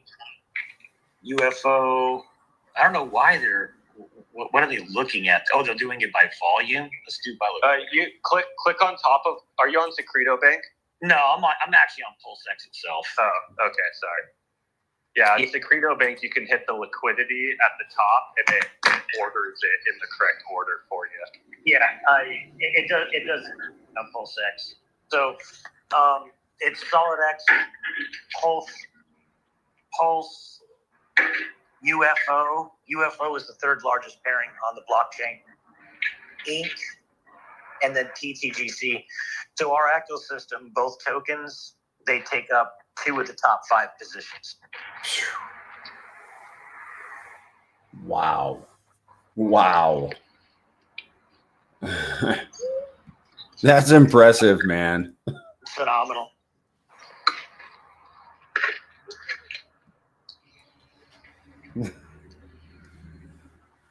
Yeah, and out of all of those, I mean, obviously the Grays ecosystem is the only one that's capitalizing on the liquidity. It's the only one that's actually making money from the working capital outside of obviously PulseX itself.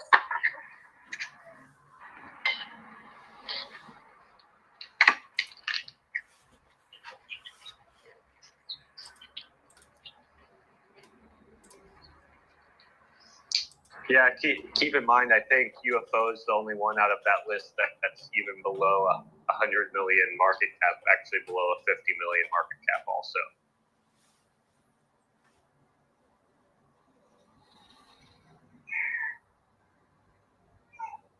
We were kind of talking about that opportunity earlier.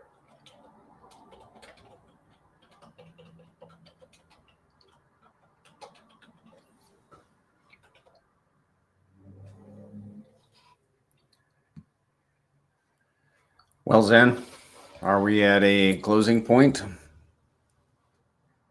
Yeah, if no one has any other questions or anything we want to add, we've been going almost 3 hours now, so I'm pretty done.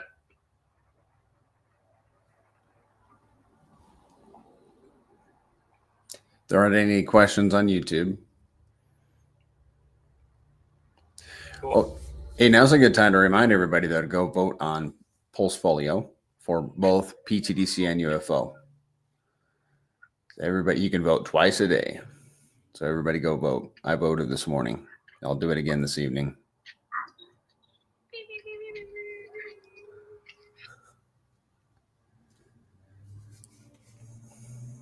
Right on.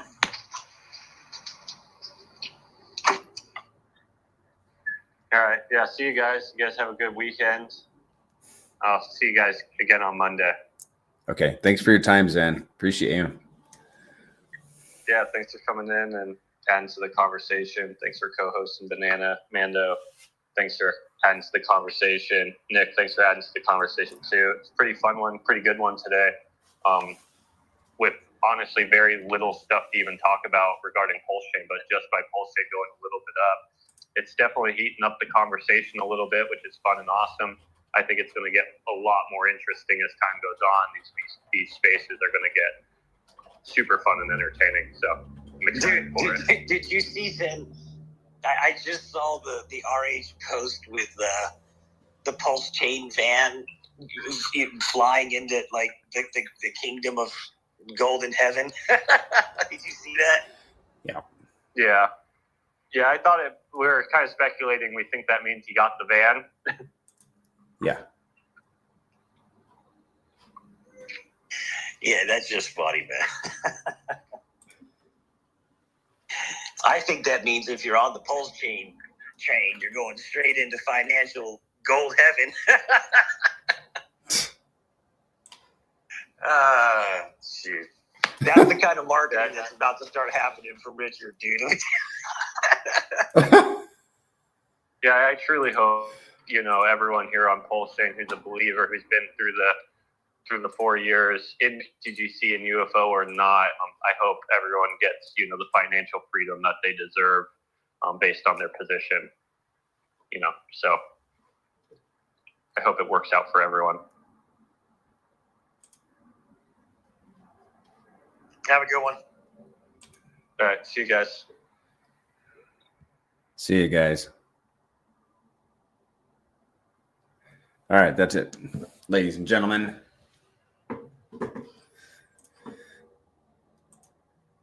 I think everybody's wore out. I think everybody's tired. But we're about to get a hopium injection. Not a hopium injection, like a reality injection. All right, guys. I will see you all. Oh, if you have an onboard or you want to have like a master class, I do a master class on pTGC and UFO every Sunday at it'll be 1:30 in the afternoon Pacific time on my channel right here. So jump in. You can add to the conversation, ask any questions, and I'll walk you guys through staking, locking, LPing, all that stuff. See you, Paul. Thanks. And thanks everybody for contributing to the chat. Really appreciate it. Have a good weekend. See ya.